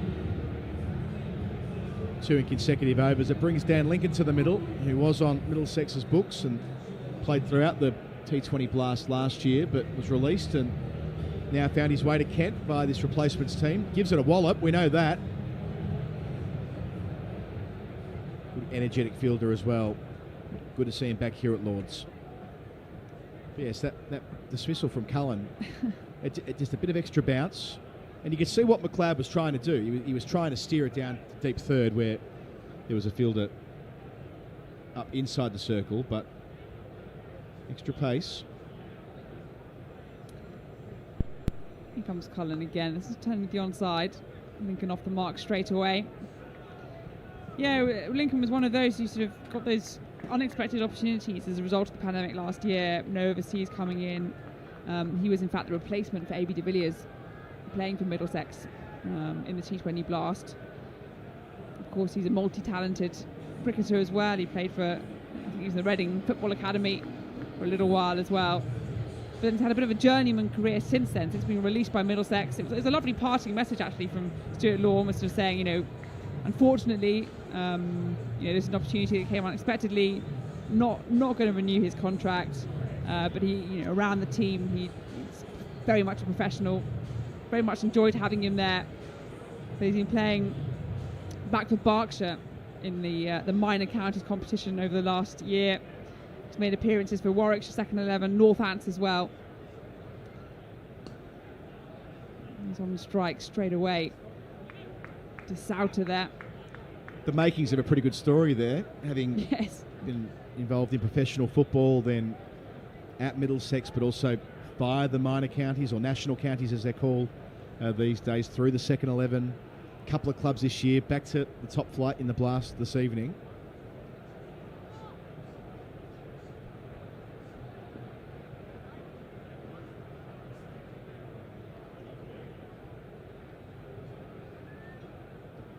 Well, that one stayed very low. I think he might have saved himself there with a little tickle, a little inside edge onto the pads. Yeah, it had to be the way that Souter was appealing. He went up automatically. Then he realised as he was appealing, no, there's an inside edge there, and he backed out.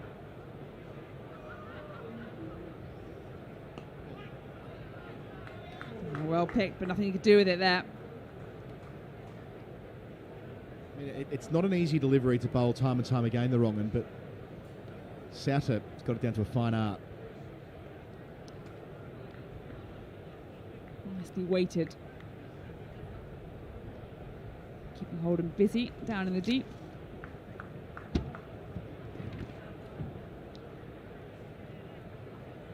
Interesting for a wrist spinner to effectively give away their biggest comparative advantage, which is the leg break, but you rarely see it from him. Again here, another straight delivery, finds the inside edge for the second time in the over. Good one at that.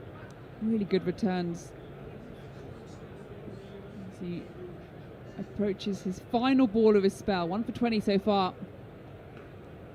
And that is a dot ball to end it. And after 4 overs, no maidens, 1 wicket for 20 runs. That is a fantastic return from Nathan Souter. And Kent find themselves 131 for 4. Middlesex Cricket will be auctioning off these shirts that are going to be worn in the match versus Kent. 100% of the proceeds will go to the foundation. They're signed. Spend your cash, get involved.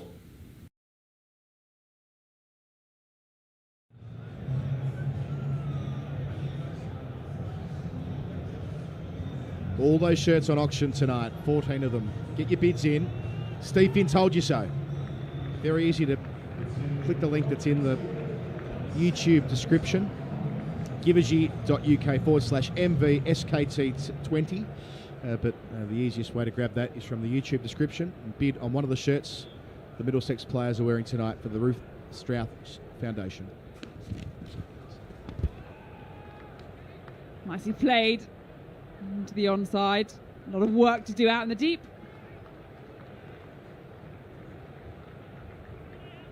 And they pick up a flurry.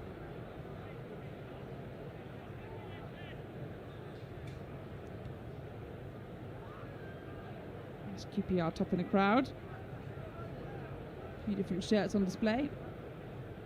Lovely evening for it. Helm is the man at the nursery end. Just turned nicely into the onside.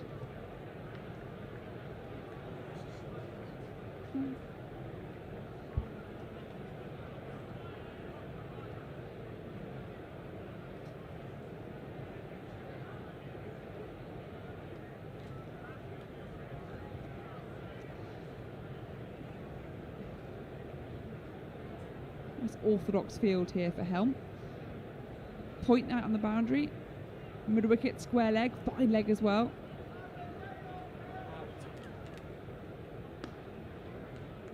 And one there, a long on, he's going to have to come in. Oh, he's beaten to it by mid wicket. Good running between the wickets. 136 for 4. So Kent added 71 runs in what we call the middle overs, so between overs 7 and 15, which isn't a bad return after laying a pretty good foundation, 60 runs in the power play. But from here, yeah, they'll really want to go at 10s, won't they? Especially with Finch going well. Get towards 200. Weighted. Cut in front of square. Yeah, Lincoln can hit a long ball. Marcus O'Riordan, slightly younger.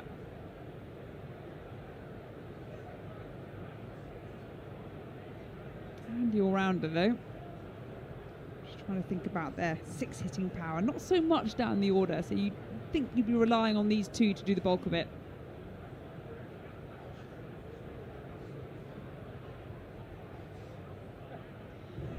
Nice bouncer there. That'll be 1 for the over. So the umpire signal at square leg. Well executed there from Helm. Yeah, really well bowled. Right near the badge of the helmet, where you need to be. Not a lot of margin for error in the blast. If you're above the lid, it's a no ball and a free hit. So, whether you like it or not, and I don't particularly like that, but nevertheless, it can be a bit of a disincentive for short bowling. But Helm, the experienced campaigner now, right on the money there.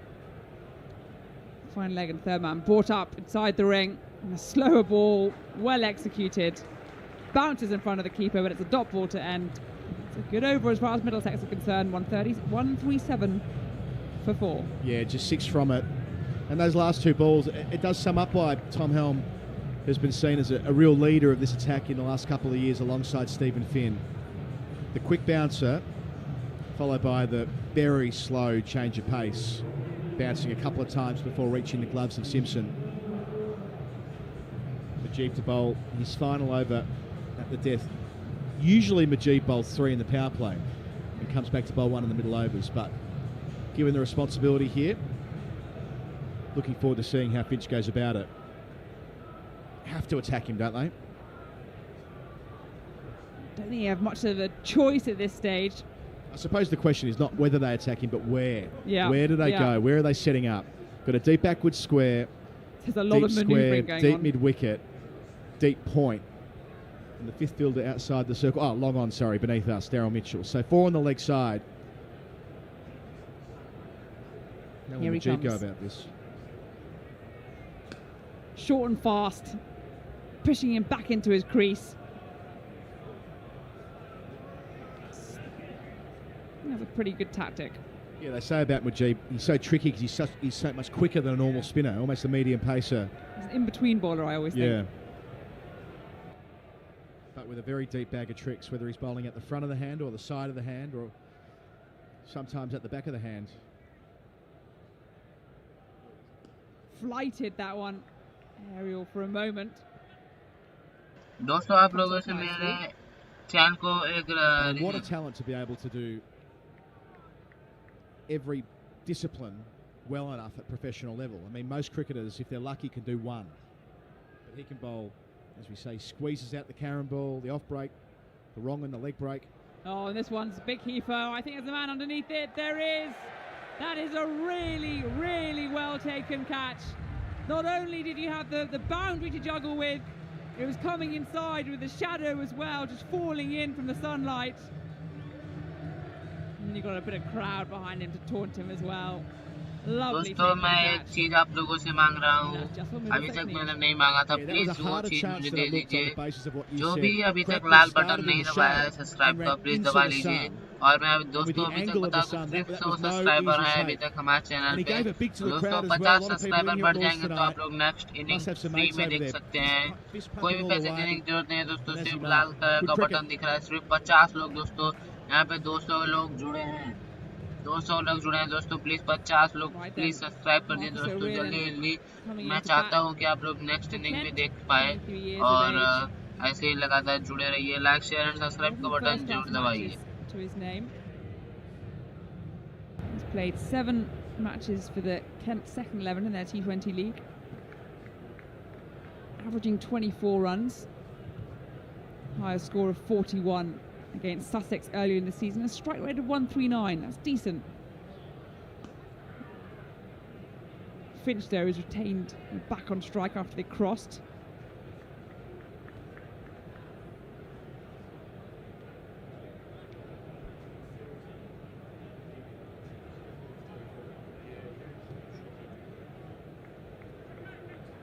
He's a Tunbridge School classmate of Zach Crawley.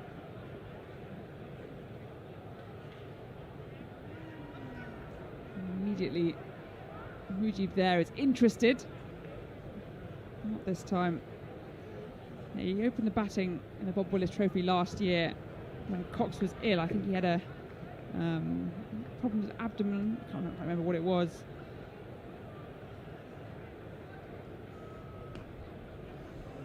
This one well watched. Just pushed into the onside. He's off the mark.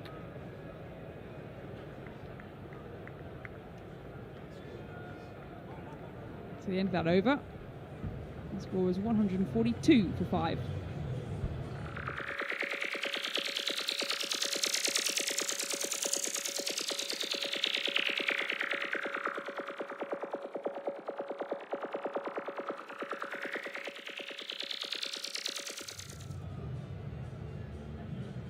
दोस्तों जैसे कि मेरे इतने request करने के बाद भी सिर्फ 2 लोग ही नहीं सब्सक्राइब करा है। दोस्तों 3 ओवर में मैं आप लोग को टारगेट दे रहा हूँ, सिर्फ 48 सब्सक्राइबर। दोस्तों 100 लोग जुड़े हैं, बहुत ही कम सब्सक्राइबर गोल है। जल्दी प्लीज कंप्लीट कर दीजिए यार, आप लोग नेक्स्ट इनिंग देख पाएंगे। So for every boundary hit, London Fields Brewery are chipping in 20 quid. Good on them. Cullen from the pavilion end, his final over of his spell.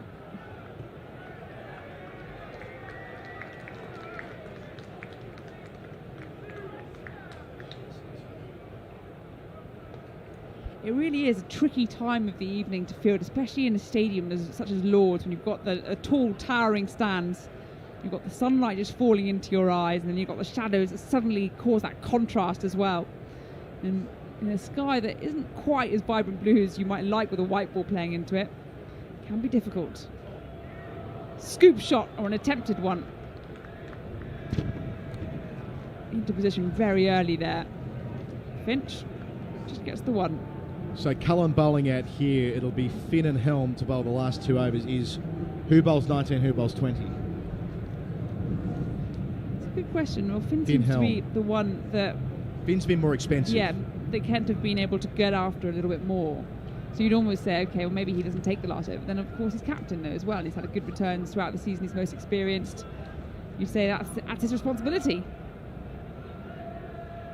Bouncer from Cullen. High in the air, there's a man underneath it, and he'll take it easily enough. Didn't get enough on it. And the Kent batters there will just querying the umpire and saying that was well above shoulder high, but I think he's all right. I think that was a well-executed bumper, and I think he has to go. Yeah, nothing wrong with that. Good cricket. Pace off the ball, and Steve Finn, who had a ball go through his legs earlier this evening, made no mistake there, the captain at mid-off. So consistent wickets have helped drag the run rate back. Middlesex needed to drag it back a fraction at halfway mark. दोस्तों 3 लोगों ने और subscribe करा है, बहुत शुक्रिया दोस्तों। सभी लोग से मैं चाहता हूँ दोस्तों प्लीज सब्सक्राइब कर लीजिए नेक्स्ट इनिंग देखने के लिए प्लीज दोस्तों। और कल भी अगर आप लोग का सपोर्ट रहेगा तो कल भी हम लोग लाइव मैच लेकर आएंगे आप लोगों के लिए जरूर। और यहाँ पे विकेट गिरा है, देखते रहिए। Middlesex player walks out to the crease.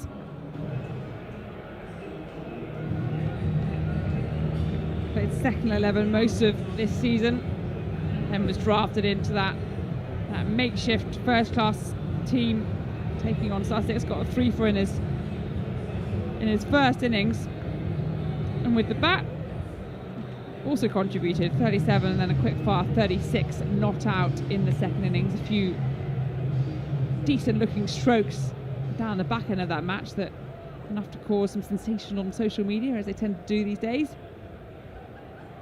Takes his guard, number 1 on the back. Kent 144 for 6.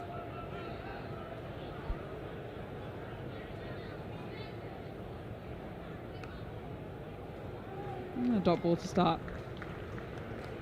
Yeah, good again from Cullen. Good game awareness, just following Podmore after he shuffled back to make room and open up the offside, but didn't get a free swing of the arms.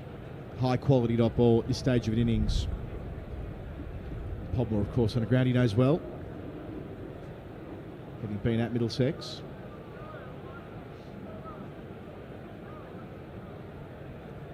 Three out on the leg side.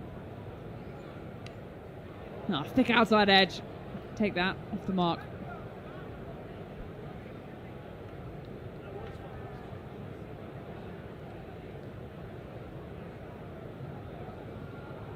This is really good stuff from Middlesex down the back end, really stalling things, mainly by taking a flurry of wickets.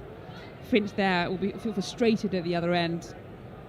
On the cusp of his, facing now, but on the cusp of his 50, he's seen a flurry of wickets. Not much he can do about it. Third man inside the circle for the last ball. Mid-off goes back. This one's high in the air. He's on his 50, he's looking for the boundary, but there's a man underneath it, and he's taken the catch. दोस्तों यहाँ पे और भी 2 लोगों ने subscribe करा है, बहुत बहुत शुक्रिया दोस्तों।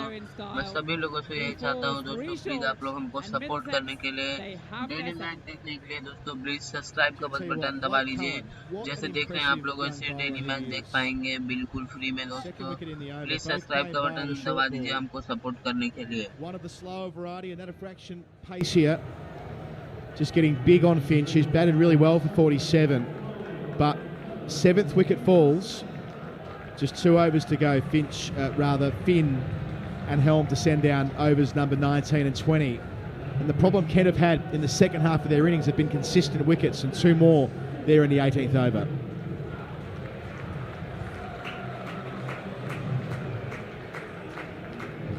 So then, now going to see the third of the 3 Scotland imports making his way to the crease.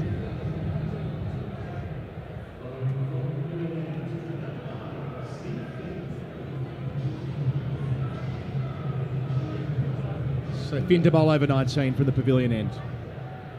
Safian Sharif, more known for his bowling than his batting, but he's going to be on strike to face Finn in this penultimate over.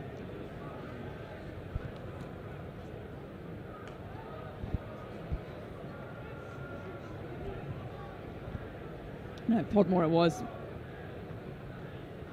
Gets the single. Yeah, Sharif, another player with experience over here, played in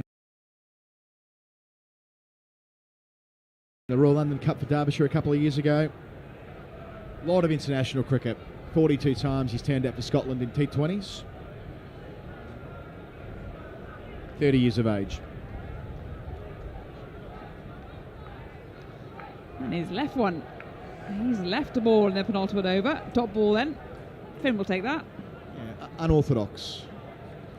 Yeah, I was going to say his strike rate is pretty phenomenal, but strike rate as far as bowler is concerned.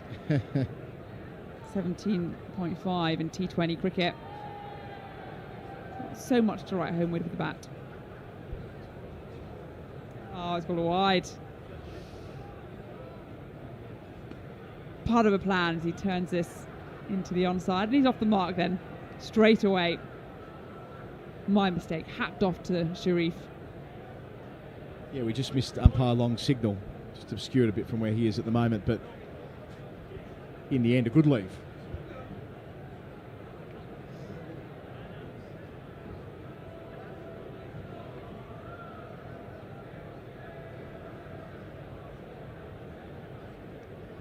Slower ball, very slow ball, and really, really well weighted by Podmore there. I would love to see the radar on that. I mean, Steve Finn, in his pomp, bowled at the better part of 100 mile an hour, like right up there above 95 on occasion, but that was that might have been in the 60s. That's getting to Matty Parkinson levels there. Yeah, Bit of flight on that. absolutely. Any spinner would be proud. Back up there then. I'm going to push for 2. I think they are. Going to be in with a chance here, and I think he may well be gone. The umpire says no from this angle. Just thought for a moment that he had it. Not this time. Kent then moved past 150, 151. And the 19th over. 8 balls left of this match. This innings even.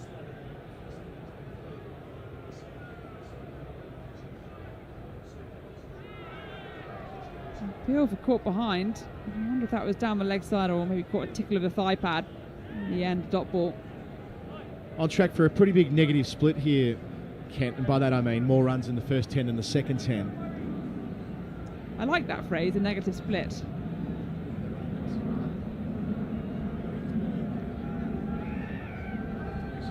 Behind the over 8. Finn just about delivering that final one before cut-up. I think he's done all right. They needed to hurry. So 152 for 7. They make their way quickly around the field for this final over.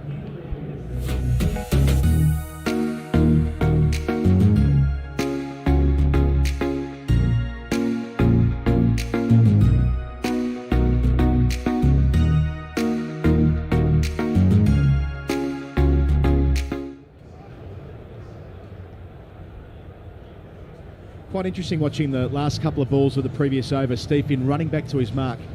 He got that in by my clock with 3 seconds to spare. Had he fallen the other side of it, and had the umpires seen fit to have penalised Middlesex for that, what it would have meant was one extra fielder inside the circle for the 20th over. That's the sanction this year in the Blast. Helm then with that final over. That one stayed low. I think he's got a dot ball there, he has. And I don't mind that. If you are behind your over rate, I think that's not a bad mechanism for white ball cricket. So 5 are permitted outside the circle at this stage of the innings, or after the power play, but it becomes 4 from the moment that you go through the time barrier, and that was 7:34 after allowances. So they add an extra minute for every wicket and so on. It's an immediate, very tangible incentive, isn't it? Yes. To stick within the time limits.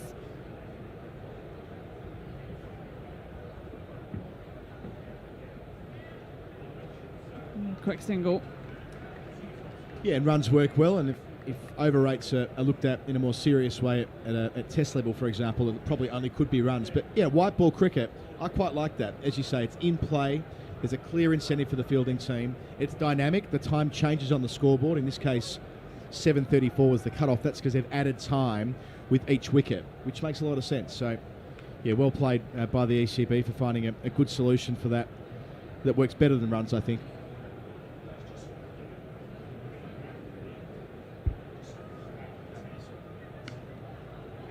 Weighted nicely by Podmore. Now come back for 2. Easily enough. 155 for 7. 3 balls left of this innings. Not quite the total that Kent would have been hoping for halfway through. And they were well set for pushing towards the 200 mark, but a competitive one nevertheless.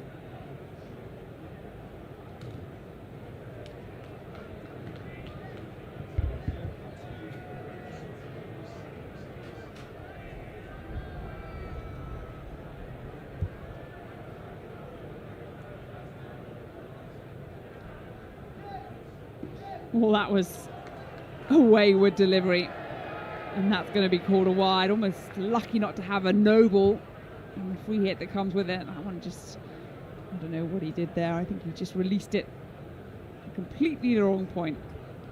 Yeah, one of those, as a bowler, you're looking around thinking, I hope that's a wide. And it was. Had it been a no ball, he would have been in a bit of strife in terms of the free hit.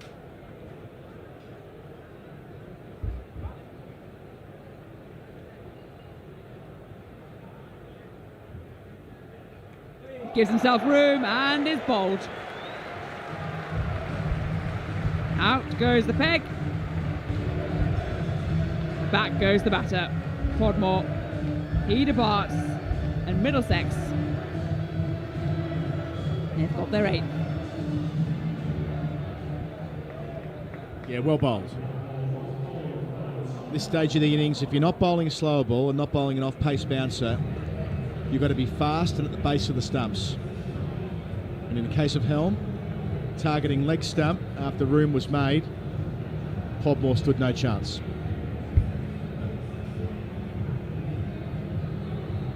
Well then, 8 down. A couple of balls still left. And Elliot Hooper is making his way to the crease. Now, Elliot Hooper is a young man indeed. I say a very young man, he's 25 years, but young in terms of his career. He played one first-class match, but it wasn't the one that's just gone. He played a first-class match back in 2019. Yeah, against Middlesex when he was playing for Sussex. Yeah. But, yeah, second game of professional cricket. Had to wait. Yes, it's required circumstances to conspire in the way they have over the last week down at Canterbury, but great opportunity for the left-arm spinner. Product of the Loughborough MCCU, grown up down south, went through the Sussex pathways. Here he is, he waits. Has a dart at that one.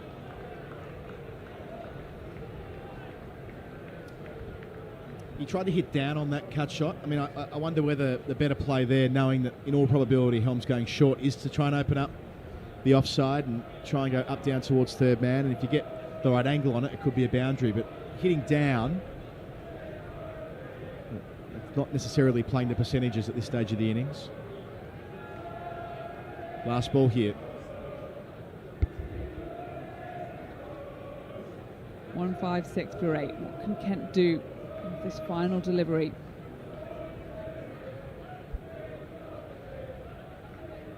It's short. He hasn't got anything on it. They'll run through, and it means that after 20 overs, Kent finish somewhat deflatedly from 157 for 8. Come through for a bye. And it means that Middlesex will feel, in those last 10 overs especially, that that was a job very well done, and will feel in confident mood, Adam Collins, chasing this down. Yeah, Kent were 60 for 2 at the end of the power play and 93 for 2 at the halfway mark. And from there, you're really thinking, given how well they've played and how well they've defended, they are very well placed to push on to 170, 180. But that's where Middlesex were able to turn the screws. And it was a bit of a combined effort, wasn't it? It was the work of Nathan Souter, 1 for 20 from 4 overs. That actually started things off. Yes, 1 wicket, but it was the economy rate that he went at. Blake Cullen, 4 for 33, again outstanding. We've been so impressed by the way that he's bowled this year across the formats. So in the couple of first-class games he's played, and here in the Blast, he's now up to 19 wickets in the season. Tom Helm, 1 for 23, bowled really well at the death. And Majid, 2 for 36. Steve Finn, the one bowler who didn't take a wicket, the captain, none for 43, but bowled well with the 19th over when Kent were, in theory at least, trying to go the bash. It didn't quite come off though. 157 for 8, their score. Finch, 47, getting his chance tonight. Heino Kuhn, the stand-in captain. We thought it was Zach Crawley, but Heino Kuhn, according to the card, doing the job. He made 42. Crawley, 26 with 3 sixes early on, but Blake Cullen picked him up second ball, and from there it's all single digits. So as far as the chase from here is concerned, that's in a good spot for Middlesex compared to where they were at the halfway mark. Yeah, absolutely. You kind of felt those as one of those could run away with Kent when you had that Kuhn-Finch partnership in the middle. The youngster and the more experienced as well. You kind of thought, right, they're setting the platform now. They've got a few wickets in hand. But of course, I think with this sort of second 11 almost playing for Kent at this stage, it meant that firepower down the order was rather lacking. And Middlesex were able to run through it with reasonable ease. So the target's 158. We'll take a quick break here at Lord's. Adam Collins and Isabel Westbury. We'll grab a cup of tea or a bottle of water or something like that. We'll be back at Lord's in about 5 minutes.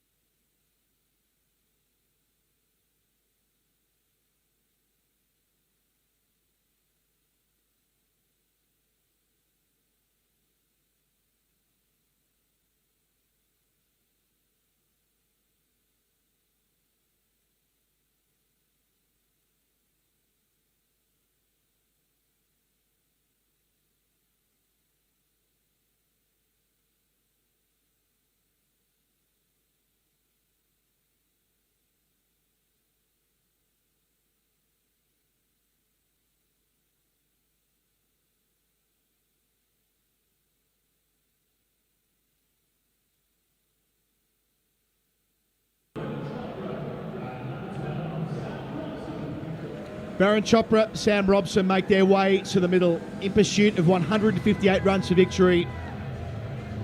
The last game that Middlesex will play at Lords in the Vitality Blast in season 2021. And they did well to drag it back after the visiting Kent side did get off to a bit of a flyer, courtesy of Zach Crawley especially, 3 sixes inside that power play, but 158 should not be daunting. O'Riordan to start with the ball. Spin for Kent from the nursery end. Robson, veteran of the club, but inexperienced at T20 level, relatively speaking. On strike to start. Round the wicket. Gets off the mark. We mentioned off the top is that Sam Robson, until last week, it had been 1 day short of 10 years since his previous T20 for Middlesex in the July of 2011. But got back to being a 3 format player via runs in the twos, the old-fashioned way. Chopra off the mark first ball as well. In the case of Robson, very consistent in that seconds campaign where they made it to finals day, including 70 off 46 deliveries against Sussex, and of course he made quite outstanding 154 against Leicestershire in the championship on Sunday. Second century of the season. The senior pro back in form. Made 165 here on opening day against Somerset in a most aesthetically pleasing innings all the way back at the start of April. Using his feet here. Such a Robson whip as well through the onside. We've seen that so often when he's playing in his whites. Just as effective here.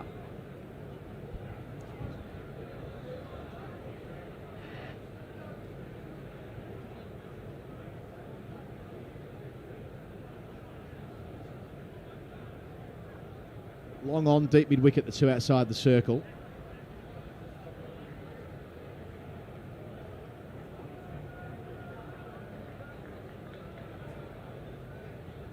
So 4 singles to begin. Happy just to work their way into this. They know what they're after, and I know that building a foundation, yes, it's a 20-over chase, but just getting to the end of the power play in good shape, not giving any wickets away, that's important too.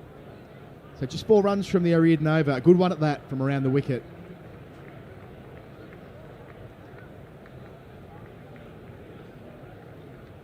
Chopra, so many runs, so many games over such a long period of time.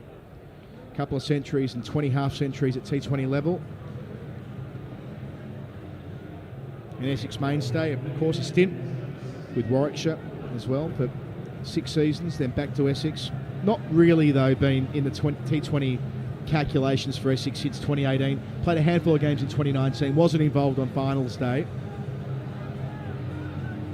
And Essex were happy to part with him for the next stage of the season, both in this couple of blast games to round out Middlesex's season and then through the Royal London Cup, which starts the week after next.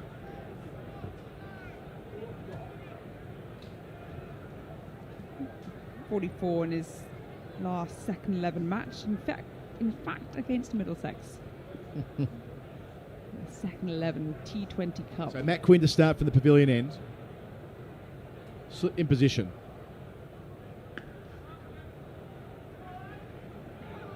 Could look for 2. And they'll get it. Yep, still got it.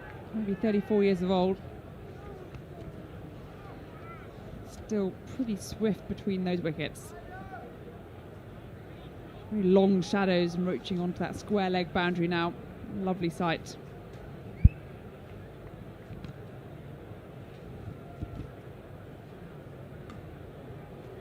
Across the line, but into the gap behind square. Could be 4 there. Just cut off at the last.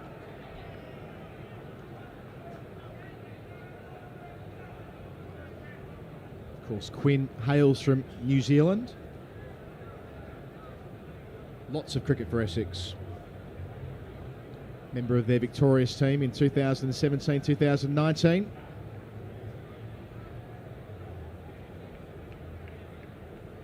And a good story too, good twist at the end. Goes to Kent on loan, signs a long-term deal. Worked out okay.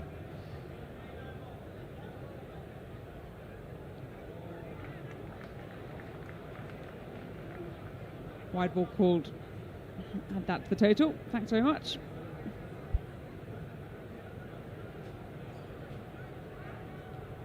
Yeah, I am sort of strangely fascinated to see how this works in the next couple of weeks. We touched on it during the first innings, but with track and trace as it will be through the 100, through the Royal London Cup, indeed through the first two test matches between England and India.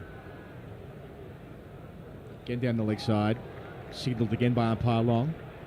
That helps.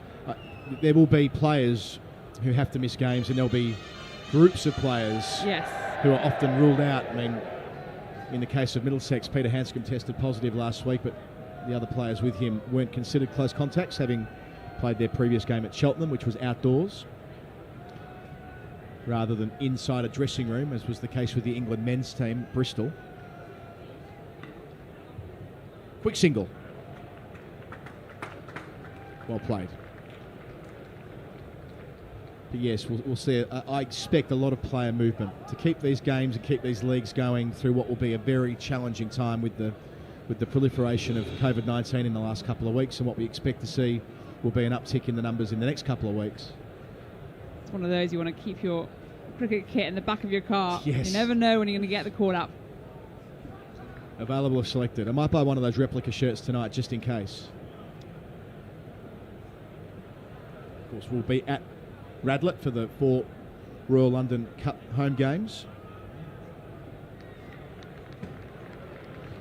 In fact, talking about being in the right time, in the right place, I owe a lot to Ben Watts this evening, who I urgently messaged. He broadcast a lot for BBC Kent and the county champ games, and for many of the county games around the country for when Kent are playing. And he filled me in on a few of the youngsters that were we were slated to possibly play in this Kent lineup. We weren't really sure until about an hour before the match who was going to feature. Slower ball, well executed. But when Kent then announced they were going to have 3 Scotland internationals, he thought, gosh, it must have been a middle of the night heist. So they got them flown down or something like that. But Callum McLeod actually lives in Kent. He's been playing in the Kent Premier League for Lordswood during the summer. So he wasn't flown down. Yeah, not quite popping him on a plane at 2 o'clock so this much afternoon. Better though, doesn't it? It did. Well, they had in their tweet, Kent, that they had the plane emoji for the 3 Scottish players when they... Oh, he's bowled him! Robson loses his leg stump. Middlesex lose their first wicket with the score on 11. Just trying to whip him into the onside. But a bit of extra pace there from Quinn. Robson bowled for 2. In the end, he was all the way across his stumps and bowled around his legs. It just seemed to be getting the hang of things there, that Middlesex duo. And all of a sudden, it's a horrid dismissal, the one where you see a leg stump go flying. You judged it all wrong, you got the line wrong, played around it, and he has to head back towards the pavilion. So Joe Cracknell, who we saw a moment ago, just come and seat himself in the dugout in front of us, has been called to the middle. Yeah, his 2 half centuries earlier in the blast out at Radlett were top class. 67 and 77. The first of those was match winning against Hampshire alongside John Simpson. As Sandstorm plays around Lords, not the most natural bedfellows, Darude and the MCC, I wouldn't have thought, but hey, we'll go with it. Oh, there's a certain ring to it around here. So 2 overs gone, 11 for 1. Podmore, the former Middlesex man, will get an opportunity here. He'll start over the wicket. No slip. Quick single. Yes, no, says Cracknell. Nearly the run-out opportunity. In the end, they get a sundry. It'll be signalled a leg by. But for the briefest moment, what looked to be a pretty nervous call from Cracknell, and in the follow-through, Podmore tried to do as Mark Wood did a couple of weeks ago and hit the stumps with his boot. Not to be. I think Mark Wood when he managed to right foot tap into the stumps. It was Festina Asprilla. He shouted out the man he was emulating in football colours. I wonder who Podmore would have shouted out this time. Who would you shout Muller, out? though, Shearer, if you passed wouldn't it wide there. Here's Podmore. So Cracknell's first ball knocked into the onside. He's got very rubbery wrist, the right-hander. It might start a bit of a trend with stump mic picking up everything, certainly in international cricket. Who was the footballer you were calling the name out of when trying to boom it back onto the stumps? I mean, if it's Alan Shearer, you've got to have the celebration to go with it as well.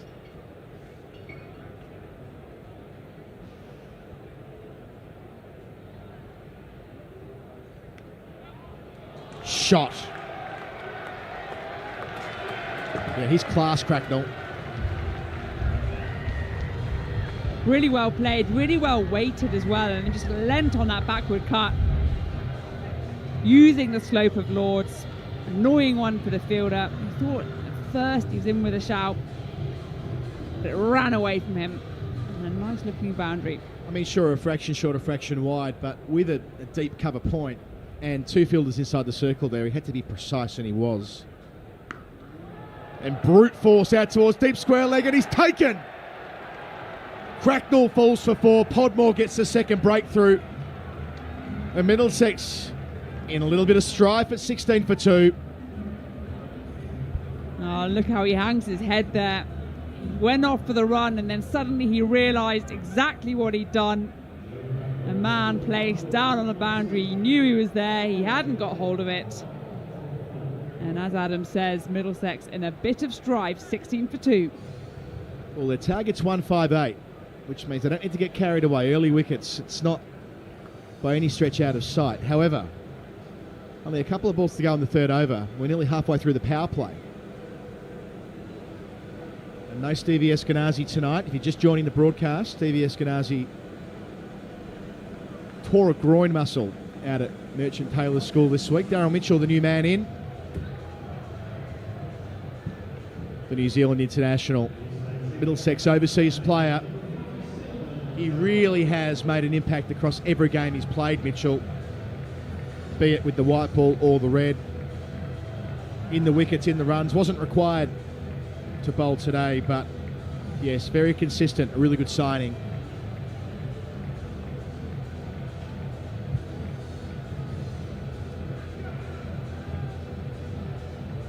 A 3-format international for his country as well.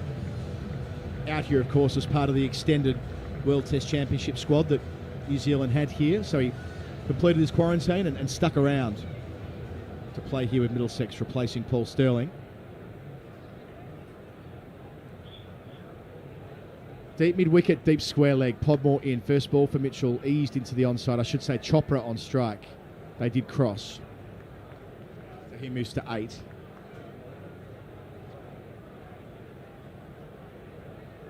Yes, but Mitchell strikes me as the kind of player who might be invited back to play future seasons here at Lords. Seems to have settled in nicely as well around the squad. A popular character, a lot of experience, and a useful man with both. He's one of those you can just turn to in moments when you're a little bit lost for what to do or who to insert. Mitchell's there.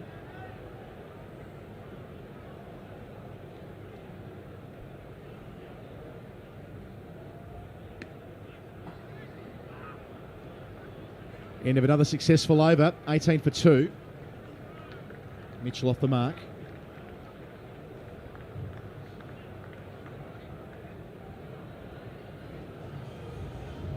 Rich sporting pedigree that Mitchell comes from, the son of John Mitchell, the defensive coach of the England rugby team. Born and raised in Hamilton, the Tron as they call it over there.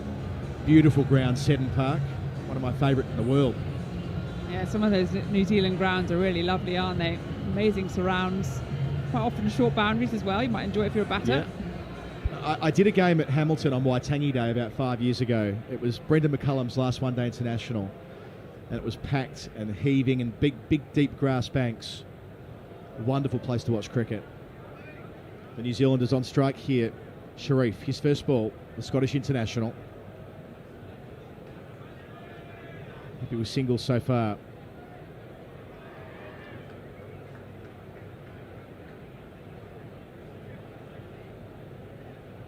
It's unfortunate we haven't seen an awful lot of Scotland the last couple of years, partly a function of COVID-19. Of course, the last time they played against England, it was a stunning victory up at the Grange in 2018. Oh, inside edge, Chopra gets a single for it, but not in control.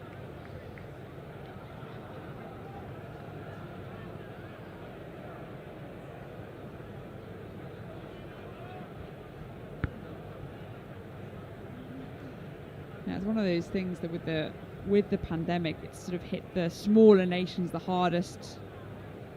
A very skewed number of matches sort of played by the bigger teams. England about the bulk of them, mainly because they've staged them and sort of made sure they've had the biosecure environments for teams to come across. But a lot of the associate nations have suffered. Oh, that's got to be really close. Yep, that's out. Mitchell across his stumps, his leg before wicket for 2. Middlesex are now in a tough situation, 20 for 3.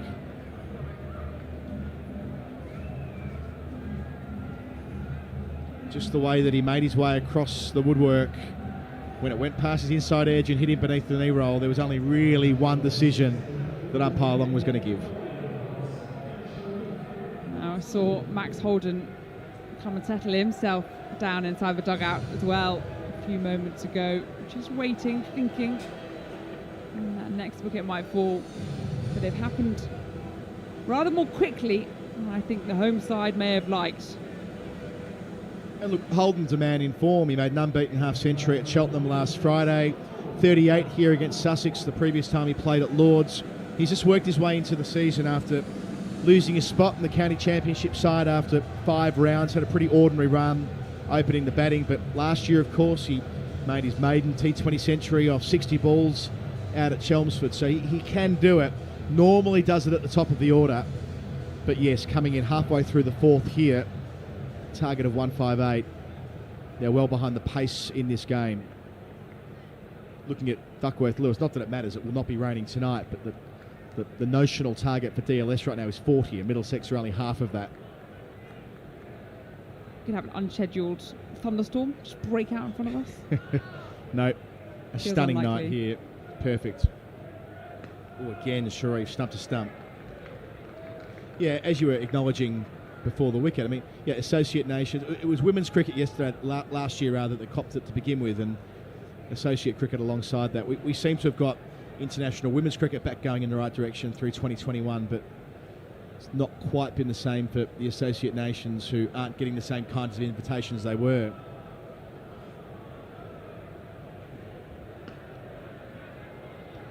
Mentioned Scotland's win.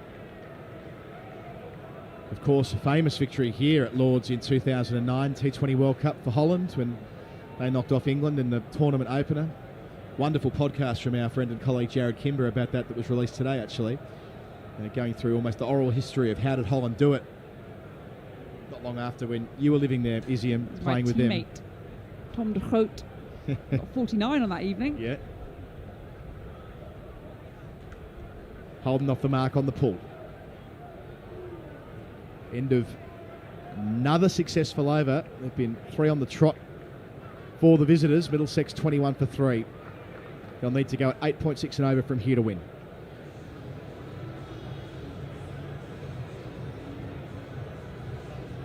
Yes, but hoping there'll be good opportunities later this year. Of course, we saw the groups for the T20 World Cup announced today. Guess what? India and Pakistan will be playing each other. Funny that.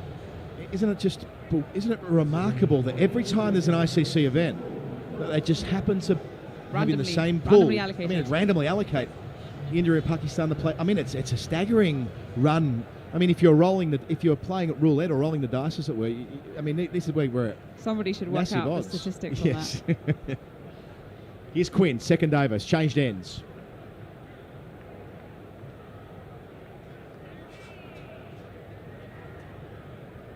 In that qualifying tournament that they play before the formal T20 World Cup, there will be 6 teams trying to make it into the final 4 spots. When 6 become 4, it's not quite when 2 become 1. That the Spice Girls work better for them than it does on the T20 global cricket scale. It's Quinn again. Chopra, who's been conservative so far, 9 from 9 balls. Almost had to be in a way. Just trying to work out the pitch in front of him. See those wickets falling at the other side as well. And he's an experienced man. He knows that when the time comes and he needs to, he can fire. Still, it's quite a steep chase at this stage. Need to go at just under 9s and over from here on in.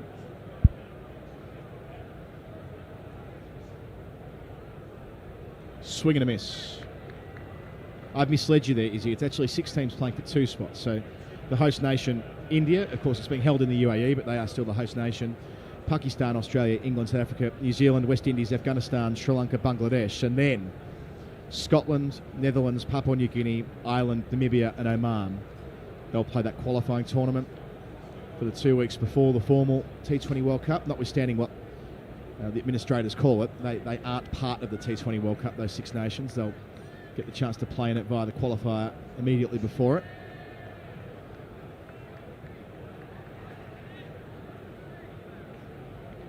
All set to take place in October and November this year.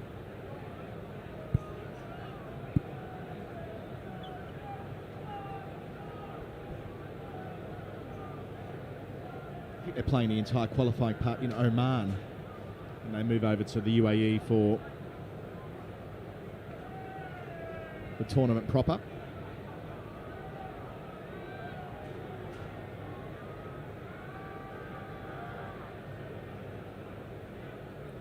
So Quinn around the wicket, very wide of the crease. So we're in the middle of consolidation here. Despite the fact that the field is in, Middlesex realising that they're going to have to approach this a different kind of way. They can't really afford to lose a 4th wicket at this stage. But that required rate isn't out of control. It's 8.8 and over from here. Top edge. Short fine leg, running back with the flight. Sharif can't quite make it. The first time we've seen Chopra really play across the line, didn't get anywhere near enough of it.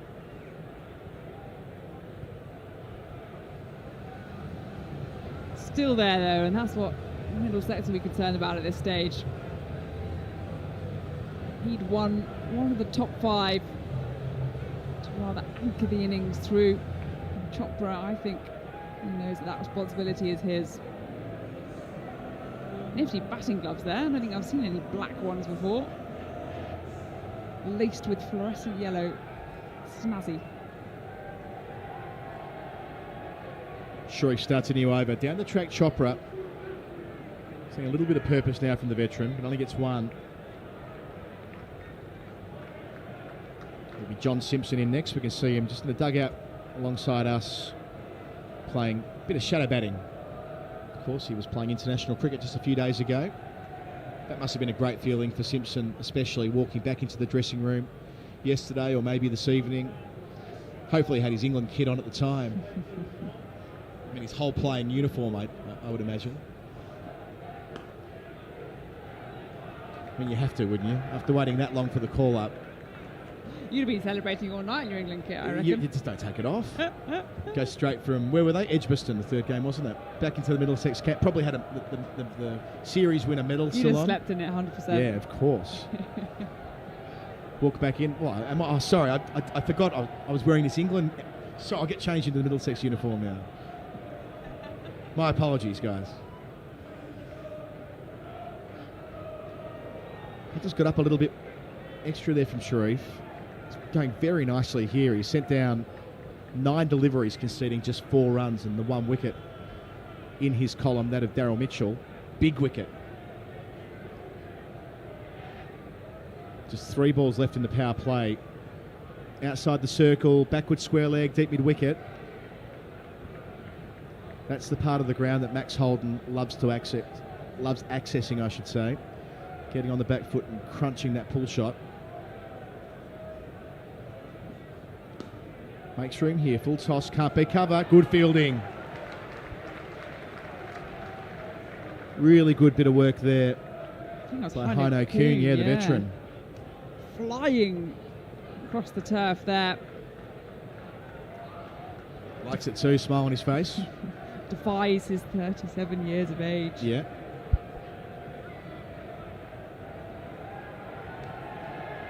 Most experienced campaigner, former international for South Africa. Bit high that, umpire long turns it down. Get through for a leg by.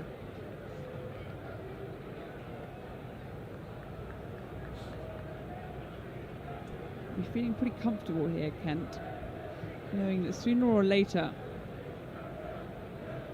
the power play about to finish, Middlesex going to have to start taking a few more risks.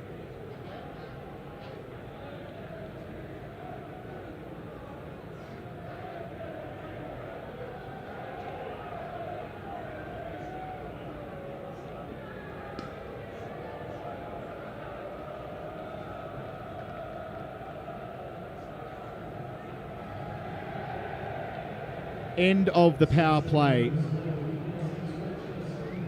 Middlesex, they're in a hole, losing Sam Robson for 2. It was 11 for 1. Then it was 16 for 2 when Joe Cracknell holed out, struck a glorious cut shot from the previous delivery, but straight down the throat of Munsey at deep square from the bowling of Podmore. And then Sharif, with his third delivery, struck Daryl Mitchell plumb in front for 2. So Holden is there on 5 and Chopra 12 have a lot of work to do from here. Still 130 runs away from the victory target, which is 158. Just 14 overs to get there. Around the country, it's a very interesting one down at the Rose Bowl today. Hampshire defeated Essex by 18 runs. But in the second game they're playing, double header, you don't see them too often. Sussex have won the toss and elected the bat, so Hampshire 2 games on the same day. Reverse sweep here from Holden. First ball from Hooper, the left arm spinner. Now out of the power play, we'll see a lot more spin. 2 tweakers in the Kent lineup, Ariadne and Hooper, who again wouldn't have expected to have been playing tonight. I wonder when he found out. I wonder when Hooper found out he was going to be part of the team tonight. It's his second professional game and his first game for 2 years at a new club. And bowls him. Gets himself a wicket. Second ball with his new club. Chopra's gone for 12. Middlesex 30 for 4. That one stayed very low indeed, but it was an unorthodox, slightly unsightly looking shot there from Chopra. Been frustrated all evening, hadn't really got hold of them. Went for the big heave-ho. And well, Elliot Hooper, the man from Sussex, he gets his man. Just a nice bit of flight, really. Snifter of turn as well. Chopra, after making room, committed to the stroke. And you can see in the celebration from Hooper, he's one happy man. Back in the professional game and straight back in the book. John Simpson, England's John Simpson to the middle. It's going to take something pretty special from him here, the veteran, 32 years of age, alongside Holden. So a pair of southpaws. But Middlesex are now really chasing this game. And Kent, who are made of stern stuff, already have 4 wickets in his defence of 157. 3 out on the leg side.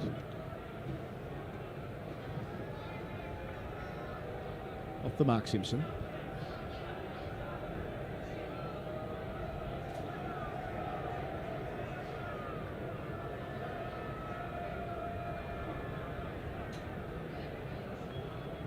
Ooh, another shout.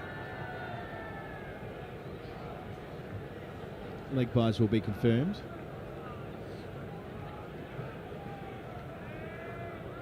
So in Group 2 fair, mentioned that Hampshire accounted for Essex earlier today. Keeps them in the 4.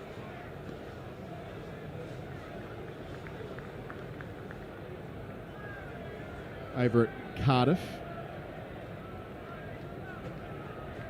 Somerset made 181 for 5, and in response, Glamorgan 23 for 1 down the leg side there, signalled accordingly. So an early wicket for Jack Leach, but Devon Conway, what can't he? What is it that he can't do at the moment? 70 not out, batting through the innings, 52 balls there for Somerset in Cardiff. And he's a man who's had a good English summer today. Into the over. Now look at that glorious sunshine. If you're lucky enough. Tim Murtagh on the screen between overs.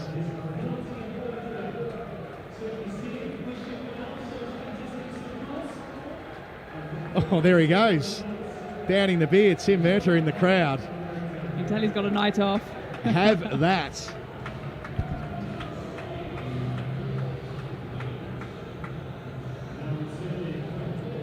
There with his wife Karina, enjoying herself as well. Karina's been very involved as well with the Ruth Strauss Foundation. Well, she's the chief executive, yeah. Of course, raising money tonight. So lovely to see her celebrating the evening. I'm sure they've donated as well. Please do donate where you can.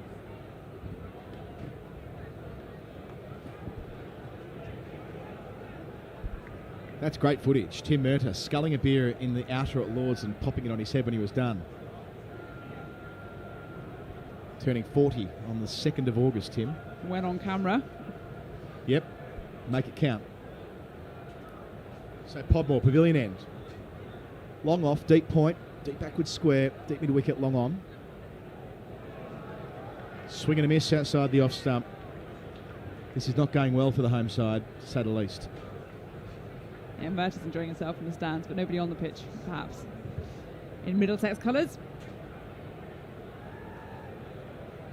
So we should mention again the Ruth Strauss Foundation raising money for that wonderful cause here this evening. That's why Middlesex are wearing the blue and red tops. Easy single there. They might want a second. No, they're happy with the one. Good fielding there from the veteran Hano Kuhn again, racing in off the rope at deep mid wicket. If you want one of these lovely tops, the replica tops from the Middlesex online store, that's very straightforward. Just go on there, Middlesex Club website. You can have a red and blue replica shirt that's being worn tonight.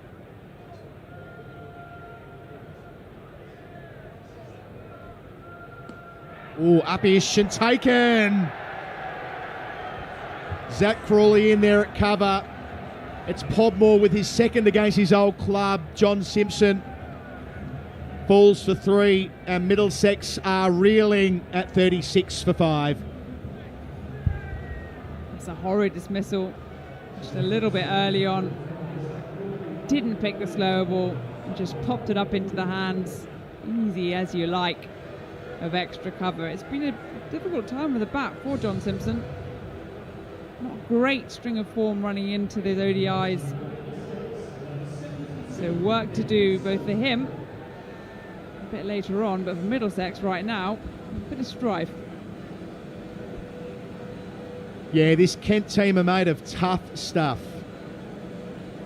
They are well on their way to a victory that would secure them a home quarter-final in this competition.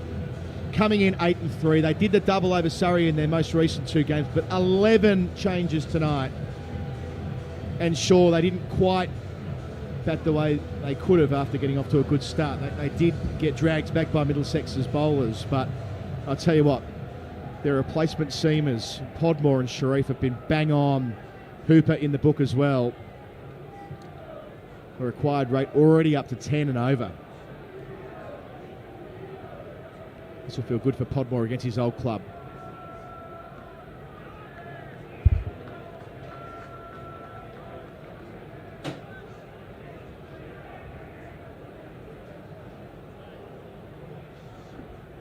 Saw Nathan Souter moments ago kissing up. Put on a chest guard. You can see it protruding from underneath his shirt. Expecting a bit of short pitch bowling perhaps. Yeah, sounded a good number 7. He's played some important innings for the club. And beaten here on the inside edge. Yeah, super over, Harry Podmore. Just 2 singles and the wicket coming from it. Middlesex 36 for 5.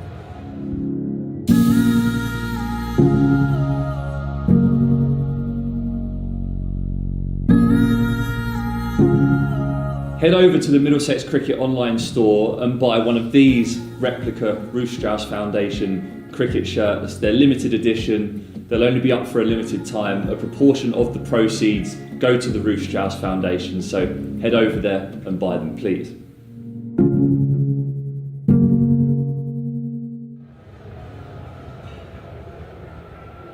Marcus O'Riordan, who conceded just 4 singles from the first over of this defensive 157. Set the tone for Kent. Has the ball back in his hand from the nursery end. Flat to start, worked away for a single. O'Riordan,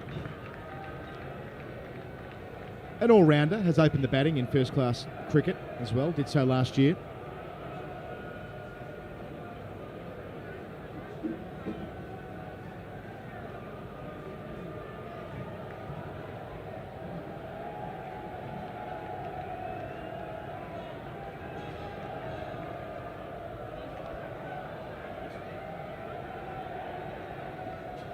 Again, Middlesex trying to just consolidate somehow. Lay a foundation to see what's possible in the final 6 or 7 overs, but they're so far away from being in that striking distance at this stage, and the Middlesex faithful in the crowd almost certainly realise it. High in the air, down towards deep backward square, an opportunity here, and it's taken! A 6th wicket for Kent. A lovely bit of work there on the rope. A wicket for Marcus O'Riordan. And Middlesex, dear me, 38 for 6. I was just about to say, previous delivery, that Max Holden was a man in form as far as T20 cricket was concerned. 50 not out in his previous innings against Gloucester. He felt if there was one man that maybe they could hang on to some hope, Max Holden would be it, but I mean Middlesex now very much in danger of being bowled out pretty soon. It's Callum McLeod under that catch at deep backward square. Did it easily. Tom Helm walking in the 9th over. First T20 wicket then for Marcus O'Riordan. He played one T20 match before. Didn't pick up anything.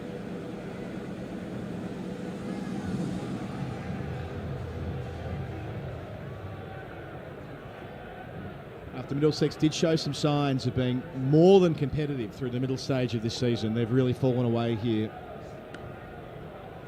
A win against Sussex here, a depleted Sussex. They had 6 players out who were self-isolating. They did that easy, and at that stage they were within touching distance, but bad loss to Somerset. Weren't able to get the job done at Cheltenham last week. Well on their way to a heavy defeat here. On the bottom of the table in the Southern Group. And unless something against the grain, very much against the grain, happens from here, that's where they'll finish the season as well. Flat from O'Riordan.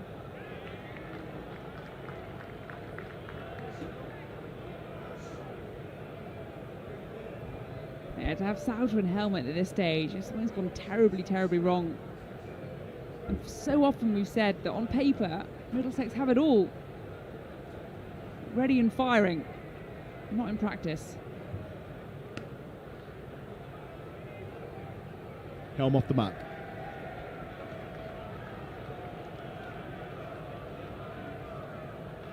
End of the over. First wicket there for O'Riordan. 1 for 7 from his 2 overs. Just 3 singles in the wicket there. That of Holden, who you describe as the last recognised Middlesex batsman.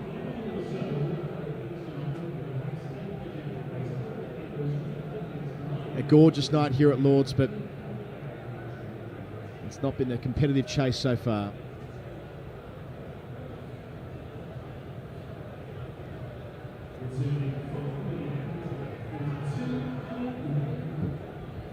Elliot Hooper, 1 for 5 his figures. The wicket of Chopra. I feel as All been though in the book so far. something went wrong when he didn't become a seamer who hooped it round corners.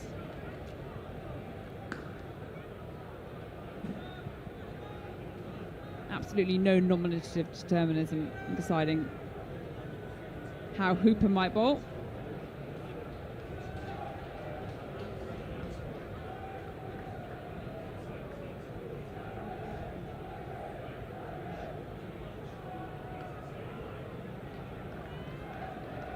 That DLS pass score, which you can, it's not a bad barometer when you're watching a T20 or even a 50 over chase. That currently reads 94. Middlesex aren't even half of that. 41 for 6. Make that 42 for 6.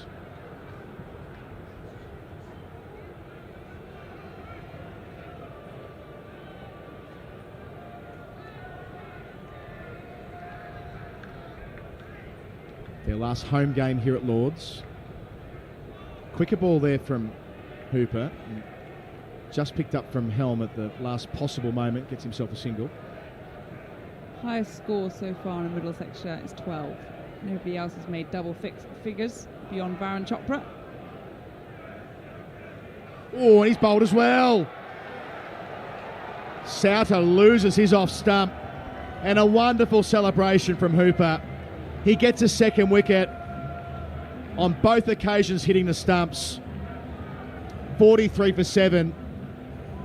They're plumbing some depth tonight, the home side. Almost to the point where you wonder why Kent went to the extent of corralling their Scotland internationals down to help them, because at the moment the youngsters from Kent, the stand-in makeshift 11, are doing it all for them.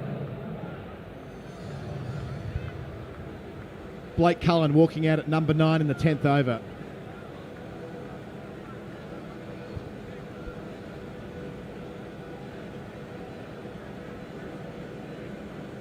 There'll be a lot of frustration for Middlesex fans here at Lord's tonight, or watching on the stream, or following the game online, and they'll be bewildered at this.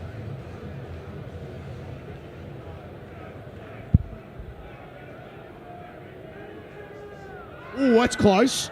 Turned down. Might have just been sliding down the leg side, but I thought it might have been Hooper on a hat trick. Not to be. End of an over where he picked up his second wicket. Middlesex, they're 44 for 7.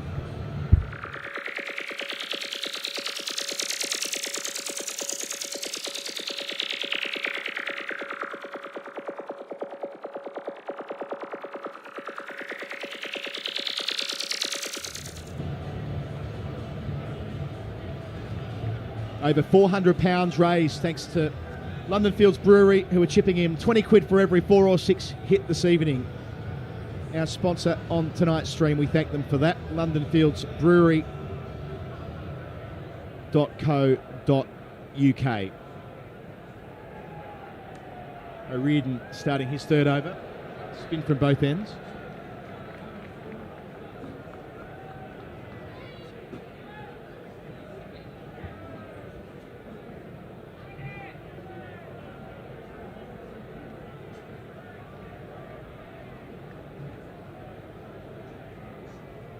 Oh, that's going to be close.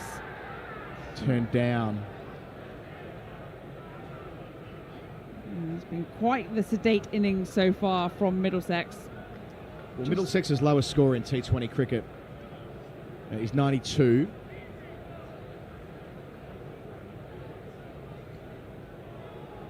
O'Riordan with the quicker, flatter delivery. I kind of see what he was doing. Also Helm, who plays nicely down the ground, but no contact made. They're not yet halfway to that, having lost 7 wickets.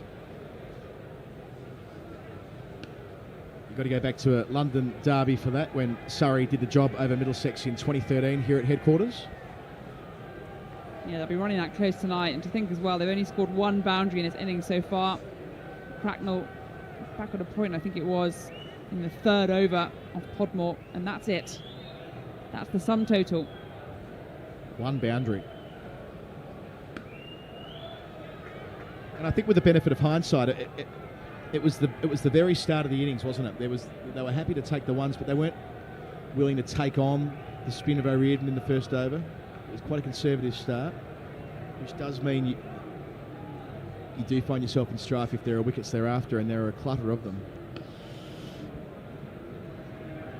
Down the track from Cullen, they think about turning that into 2, but decide against it. Sensible then at this stage. So at the end of 11 overs of this Middlesex chase, they've still got 110 runs to go if they're to pull off what would be a beyond belief victory from here, just 3 wickets in hand.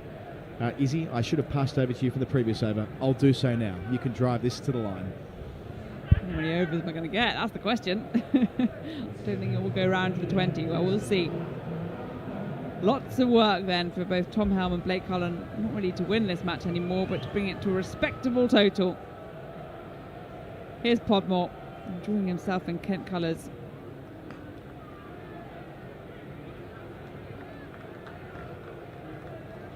Two wickets for 8 runs from his 2 overs so far.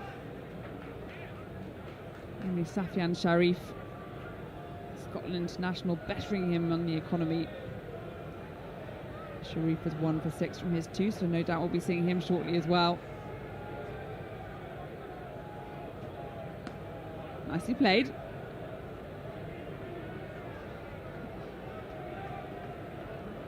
I just wonder what's going through the minds of these two, well, I'm going to say Middlesex bowlers, because that's what they are, that's what their discipline is. I think they're just got to be positive and keep the ball ticking over and look to, I mean, you don't want to say play selfishly, but be there at the end. Stayed low.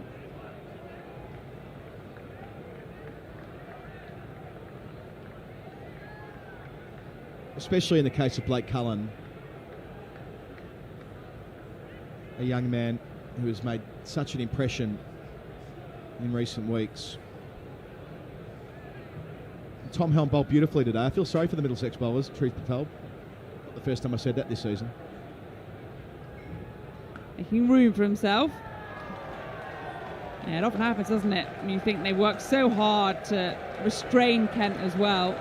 As you can see, a sort of ironic applause around the ground. It's getting louder and louder really too, as Middlesex have reached their 50. Oh, we've got fire as well.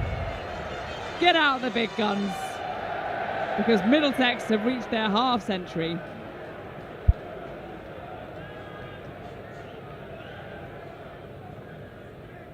I'm not sure if that might have been from the on the presentation side of that would have been joining in with the crowd a little bit. A bit of fun there by playing the fire. Ironic cheers and ironic fire. And the charge.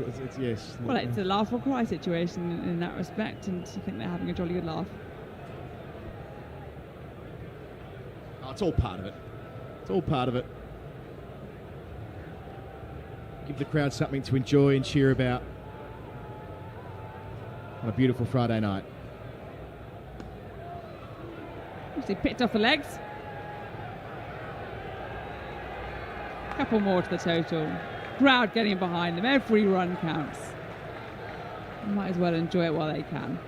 Yeah, I mentioned sort of sympathising with the Middlesex bowlers. I mean, they have bowled, be it in the Championship or the Blast. I mean, they have really done a commendable job. Looking back at the Championship, that first round here, and the bowlers put them into a fantastic position and it just slipped away. So instead of knocking off Somerset, what would have been a famous victory to start the season, instead it was a stunning chase from the visitors and finished bottom of the group in the Championship. And Reardon's in. There's a dot ball, nicely hit. Just 82 points across the 10 games they played in that initial stage. So they'll be in Division 3 of the recalibrated second portion of the season.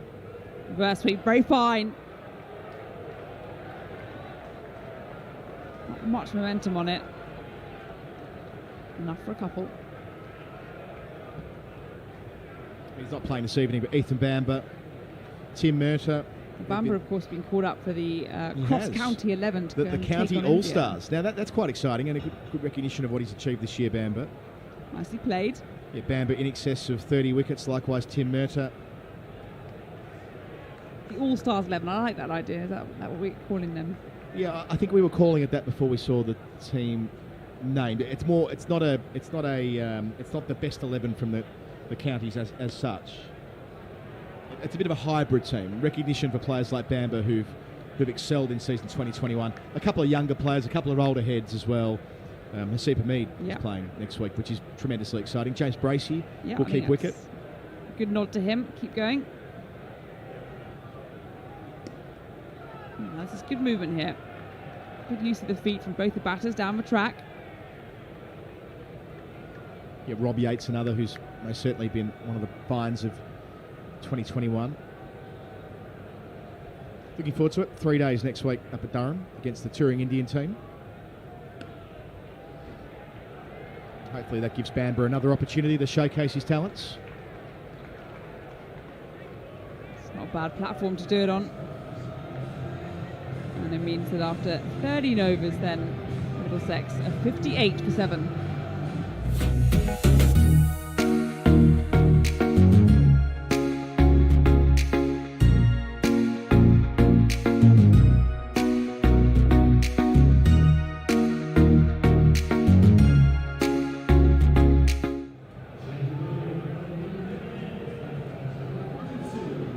Hooper continues from the pavilion end.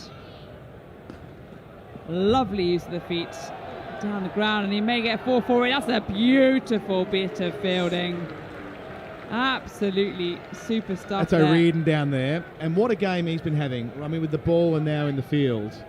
To think that Middlesex, struggling as they are to find the boundary, they are preserving every single run, the visitors. And again, good bit of fielding. I mean, I don't expect that there's been a game in the Blast, perhaps ever, where there's only been one boundary struck. There might be a statistician listening, he might be able to check that. This one's gone high in the air. Is there a man underneath it? There is. Almost misjudged it, slight overstep there. But Tom Helm trying to go over the top. All he can do is pick out the fielder in the deep. Long on has his man. Can have their 8th, and Middlesex and all sorts. And that goes down to what they were able to achieve from the previous ball. I mean, cutting off that extra run, the diving stop from O'Riordan. It's just good energy, isn't it, in the field you're seeing from this team. That's why they're top of the table, and that's why they're going to have a home quarter-final. Yes, this might be the second team. Yes, they were signing players at 4:30 this afternoon, but they're a well-organised, well-drilled team who have a lot of belief in the dressing room, and we're seeing that full expression of that through this defence of 157. Just exceptional cricket. Yeah, it really is. And Captain Finn walks, well, rather dejectedly to the crease. Not the position that he would have wanted to be walking out in, to be honest. He wouldn't have been wanting to walk out at all. Try and get his top 5 to do the job. And Tom Helm, at least, he can claim he was the second man into double figures then this evening for Middlesex. I'm quite keen, any budding statisticians out there, if you're watching the stream, can you let us know whether there's ever been a Blast game played or an innings played with just one boundary? I think now, it'd be rare. It'd be a rarity. I mean, there's always something you can try and put into a formula? I don't know, can you? I think it's one of those things, you just have to know where to look. Right. You need a database. You're not going to be able to do it from probably the usual programs available online. You're going to need the special Sampson database, I reckon. That being Andrew Sampson, the master statistician from Test Match Special. He has every domestic number recorded from every game that's played. That's the sort of thing he can crunch. But it's proof that even in a game that's drifting and fundamentally non-competitive, you can still find something.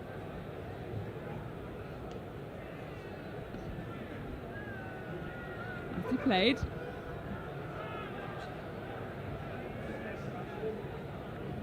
So by contrast, Pakistan have smashed 232 for 6 against England. There must have been a few boundaries there as the end of the over. 63 for 8. 6 to go until the pain is over for Middlesex if they don't get bowled out before. I mean, there's a statistics website that reads off all of the boundaries, and it's not even a summary anymore. It's almost a boundary a ball as far as Pakistan were concerned. I'm going to say they're about 40. Most of them sixes towards the back end. Absolute carnage over at Trent Bridge. England have quite the chase on their hands.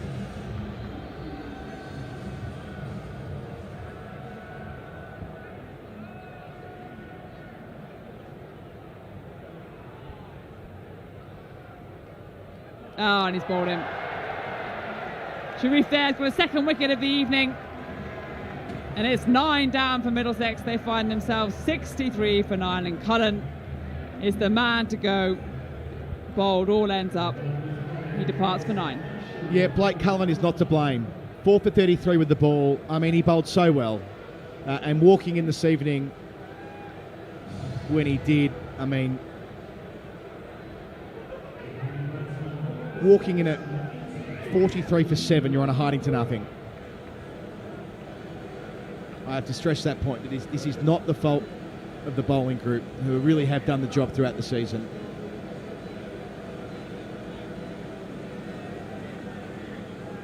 But yes, it's an extraordinary looking scoreboard. The lowest score Middlesex have made in T20 cricket all time, 92. Just one boundary in 14.1 overs, which is surely a record as well.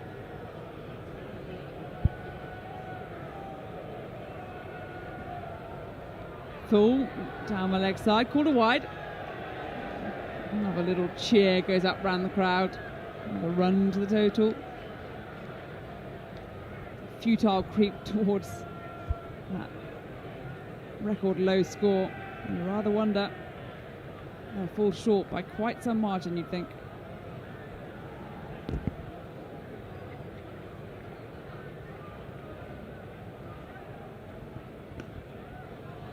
Nicely played off the mark. We've got Matt Quinn in front of us, who's doing the work there, the New Zealander. And we've had some audience interaction here from Adam Jones, who says that he's a dead ringer for Arthur Bostrom from Aloha Low, and I've looked it up, and there is a likeness there. Arthur Bostrom being about 30 years Quinn's senior, but you can see it in the face. Maybe a bit of salt and pepper in the hair as well when Quinn gets a bit older.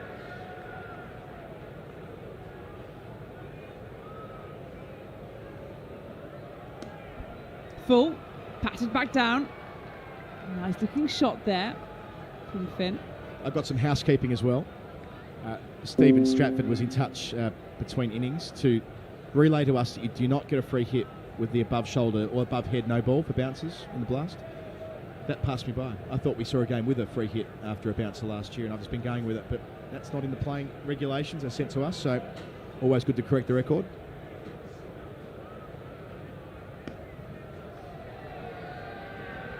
A bit of bat on ball, this is a little cheer around the ground.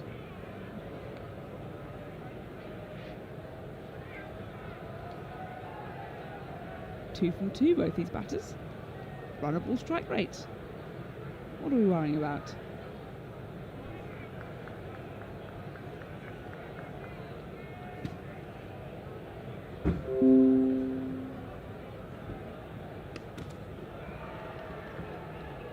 Use the levers. No timing though from Finn.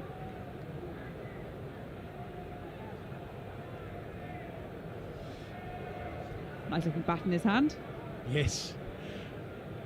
One of our supporters in the county championship, Woodstock, using one of those bats tonight, Finny. Come on then, show us what he's got, what they've got.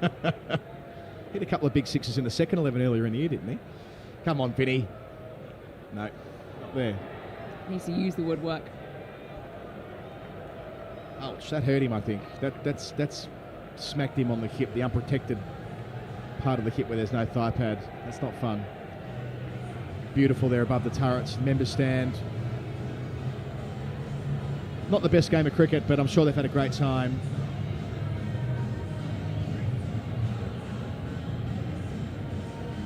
Sometimes in cricket it's incidental to the enjoyment of the evening. And you imagine that might be. Didn't we see a game of blast cricket about 6 years ago, Izzy, at the Oval, which might have been a London derby, which ended in sort of similar circumstances quite prematurely, and it was the catalyst for a pitch invasion with punter after punter running out onto the ground and the police or the security staff treating it like it was rugby practice with the tackles they were putting on. Horses in the air, but it's Second safe. boundary. And I think, are we on for our boundary? No. Oh, really good piece of fielding again. Boos ring around the ground. Middlesex searching for their second boundary. It's in vain. Yeah, quite a good stop there from George Munsey. He had just put out one hand after the sliding stop. Flighted. This has gone high up in the air. There's a man underneath it down in the long on boundary. And it's going to be 6. That's the second boundary. The second boundary for Middlesex is a maximum. Not only do they have a 4, but they have a 6 to go with it. And it's their number 11 batsman, Mujib Rahman. Thank you very much. Oh, the crowd love it. Ooh. Ah. Marcus O'Riordan did a good effort there to try and stop it. Couldn't quite pat it back. Down the ground this time instead. Where's the boundary? Shouts the crowd. Gee, I tell you what, wasn't far away from being caught as well down there at Long On. O'Riordan, we've already seen he's a very useful fielder, but it would have taken, well, something that I'm not even sure Harleen Diol this time last week, best catch we've seen this year. I don't even think she would have been able to have kept her balance there. Yeah, it was a tough ask. Good effort. Long handle there from Finn. And that might be the third. That's a wonderful piece of fielding again in the deep. I know Kuhn. How old did we say he was? Well, you wouldn't know from that. Flying himself around the outfield. Foiled in his attempt to find that boundary, Finn. So then, after 16 overs, Middlesex 78 for 9. 92, that's their lowest total ever. 92. So Right. what have we got? Creeping 14 up. runs away from that. Creeping up. In sight, at least.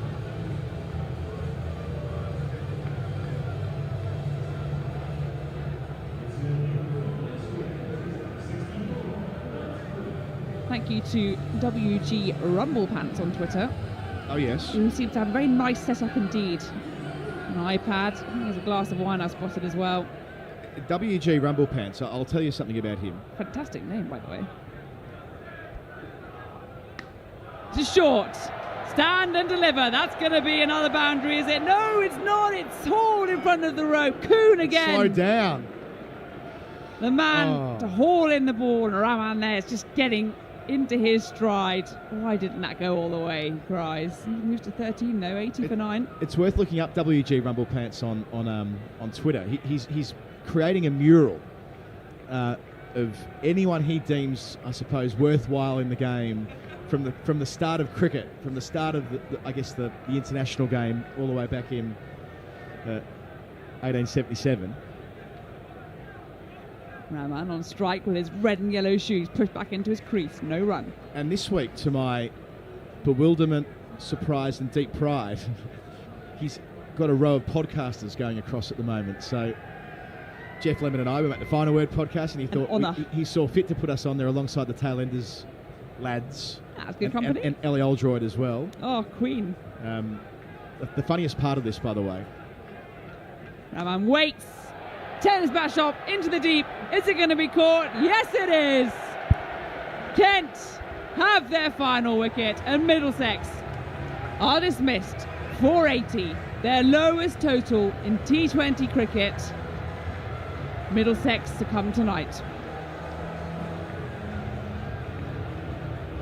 Chastening doesn't start to explain this type of experience for Middlesex. And not only does it confirm that they are going to finish last in this group, and some fans have got on the ground, which isn't ideal really. The security staff will tend to that. But in terms of where Middlesex are in T20 cricket, 3 wins from now 12 completed games. One to come at Essex on Sunday, but lowest score ever. Just 2 boundaries, all out for 80 after all the good work they did in the second half of the first innings of this game with the ball. They will be distraught in the dressing room this evening. Yeah, sure, the season was over, but Kent have brought here tonight not a second 11. They have brought together a composite side. 3 players were signed at 4:30 this afternoon.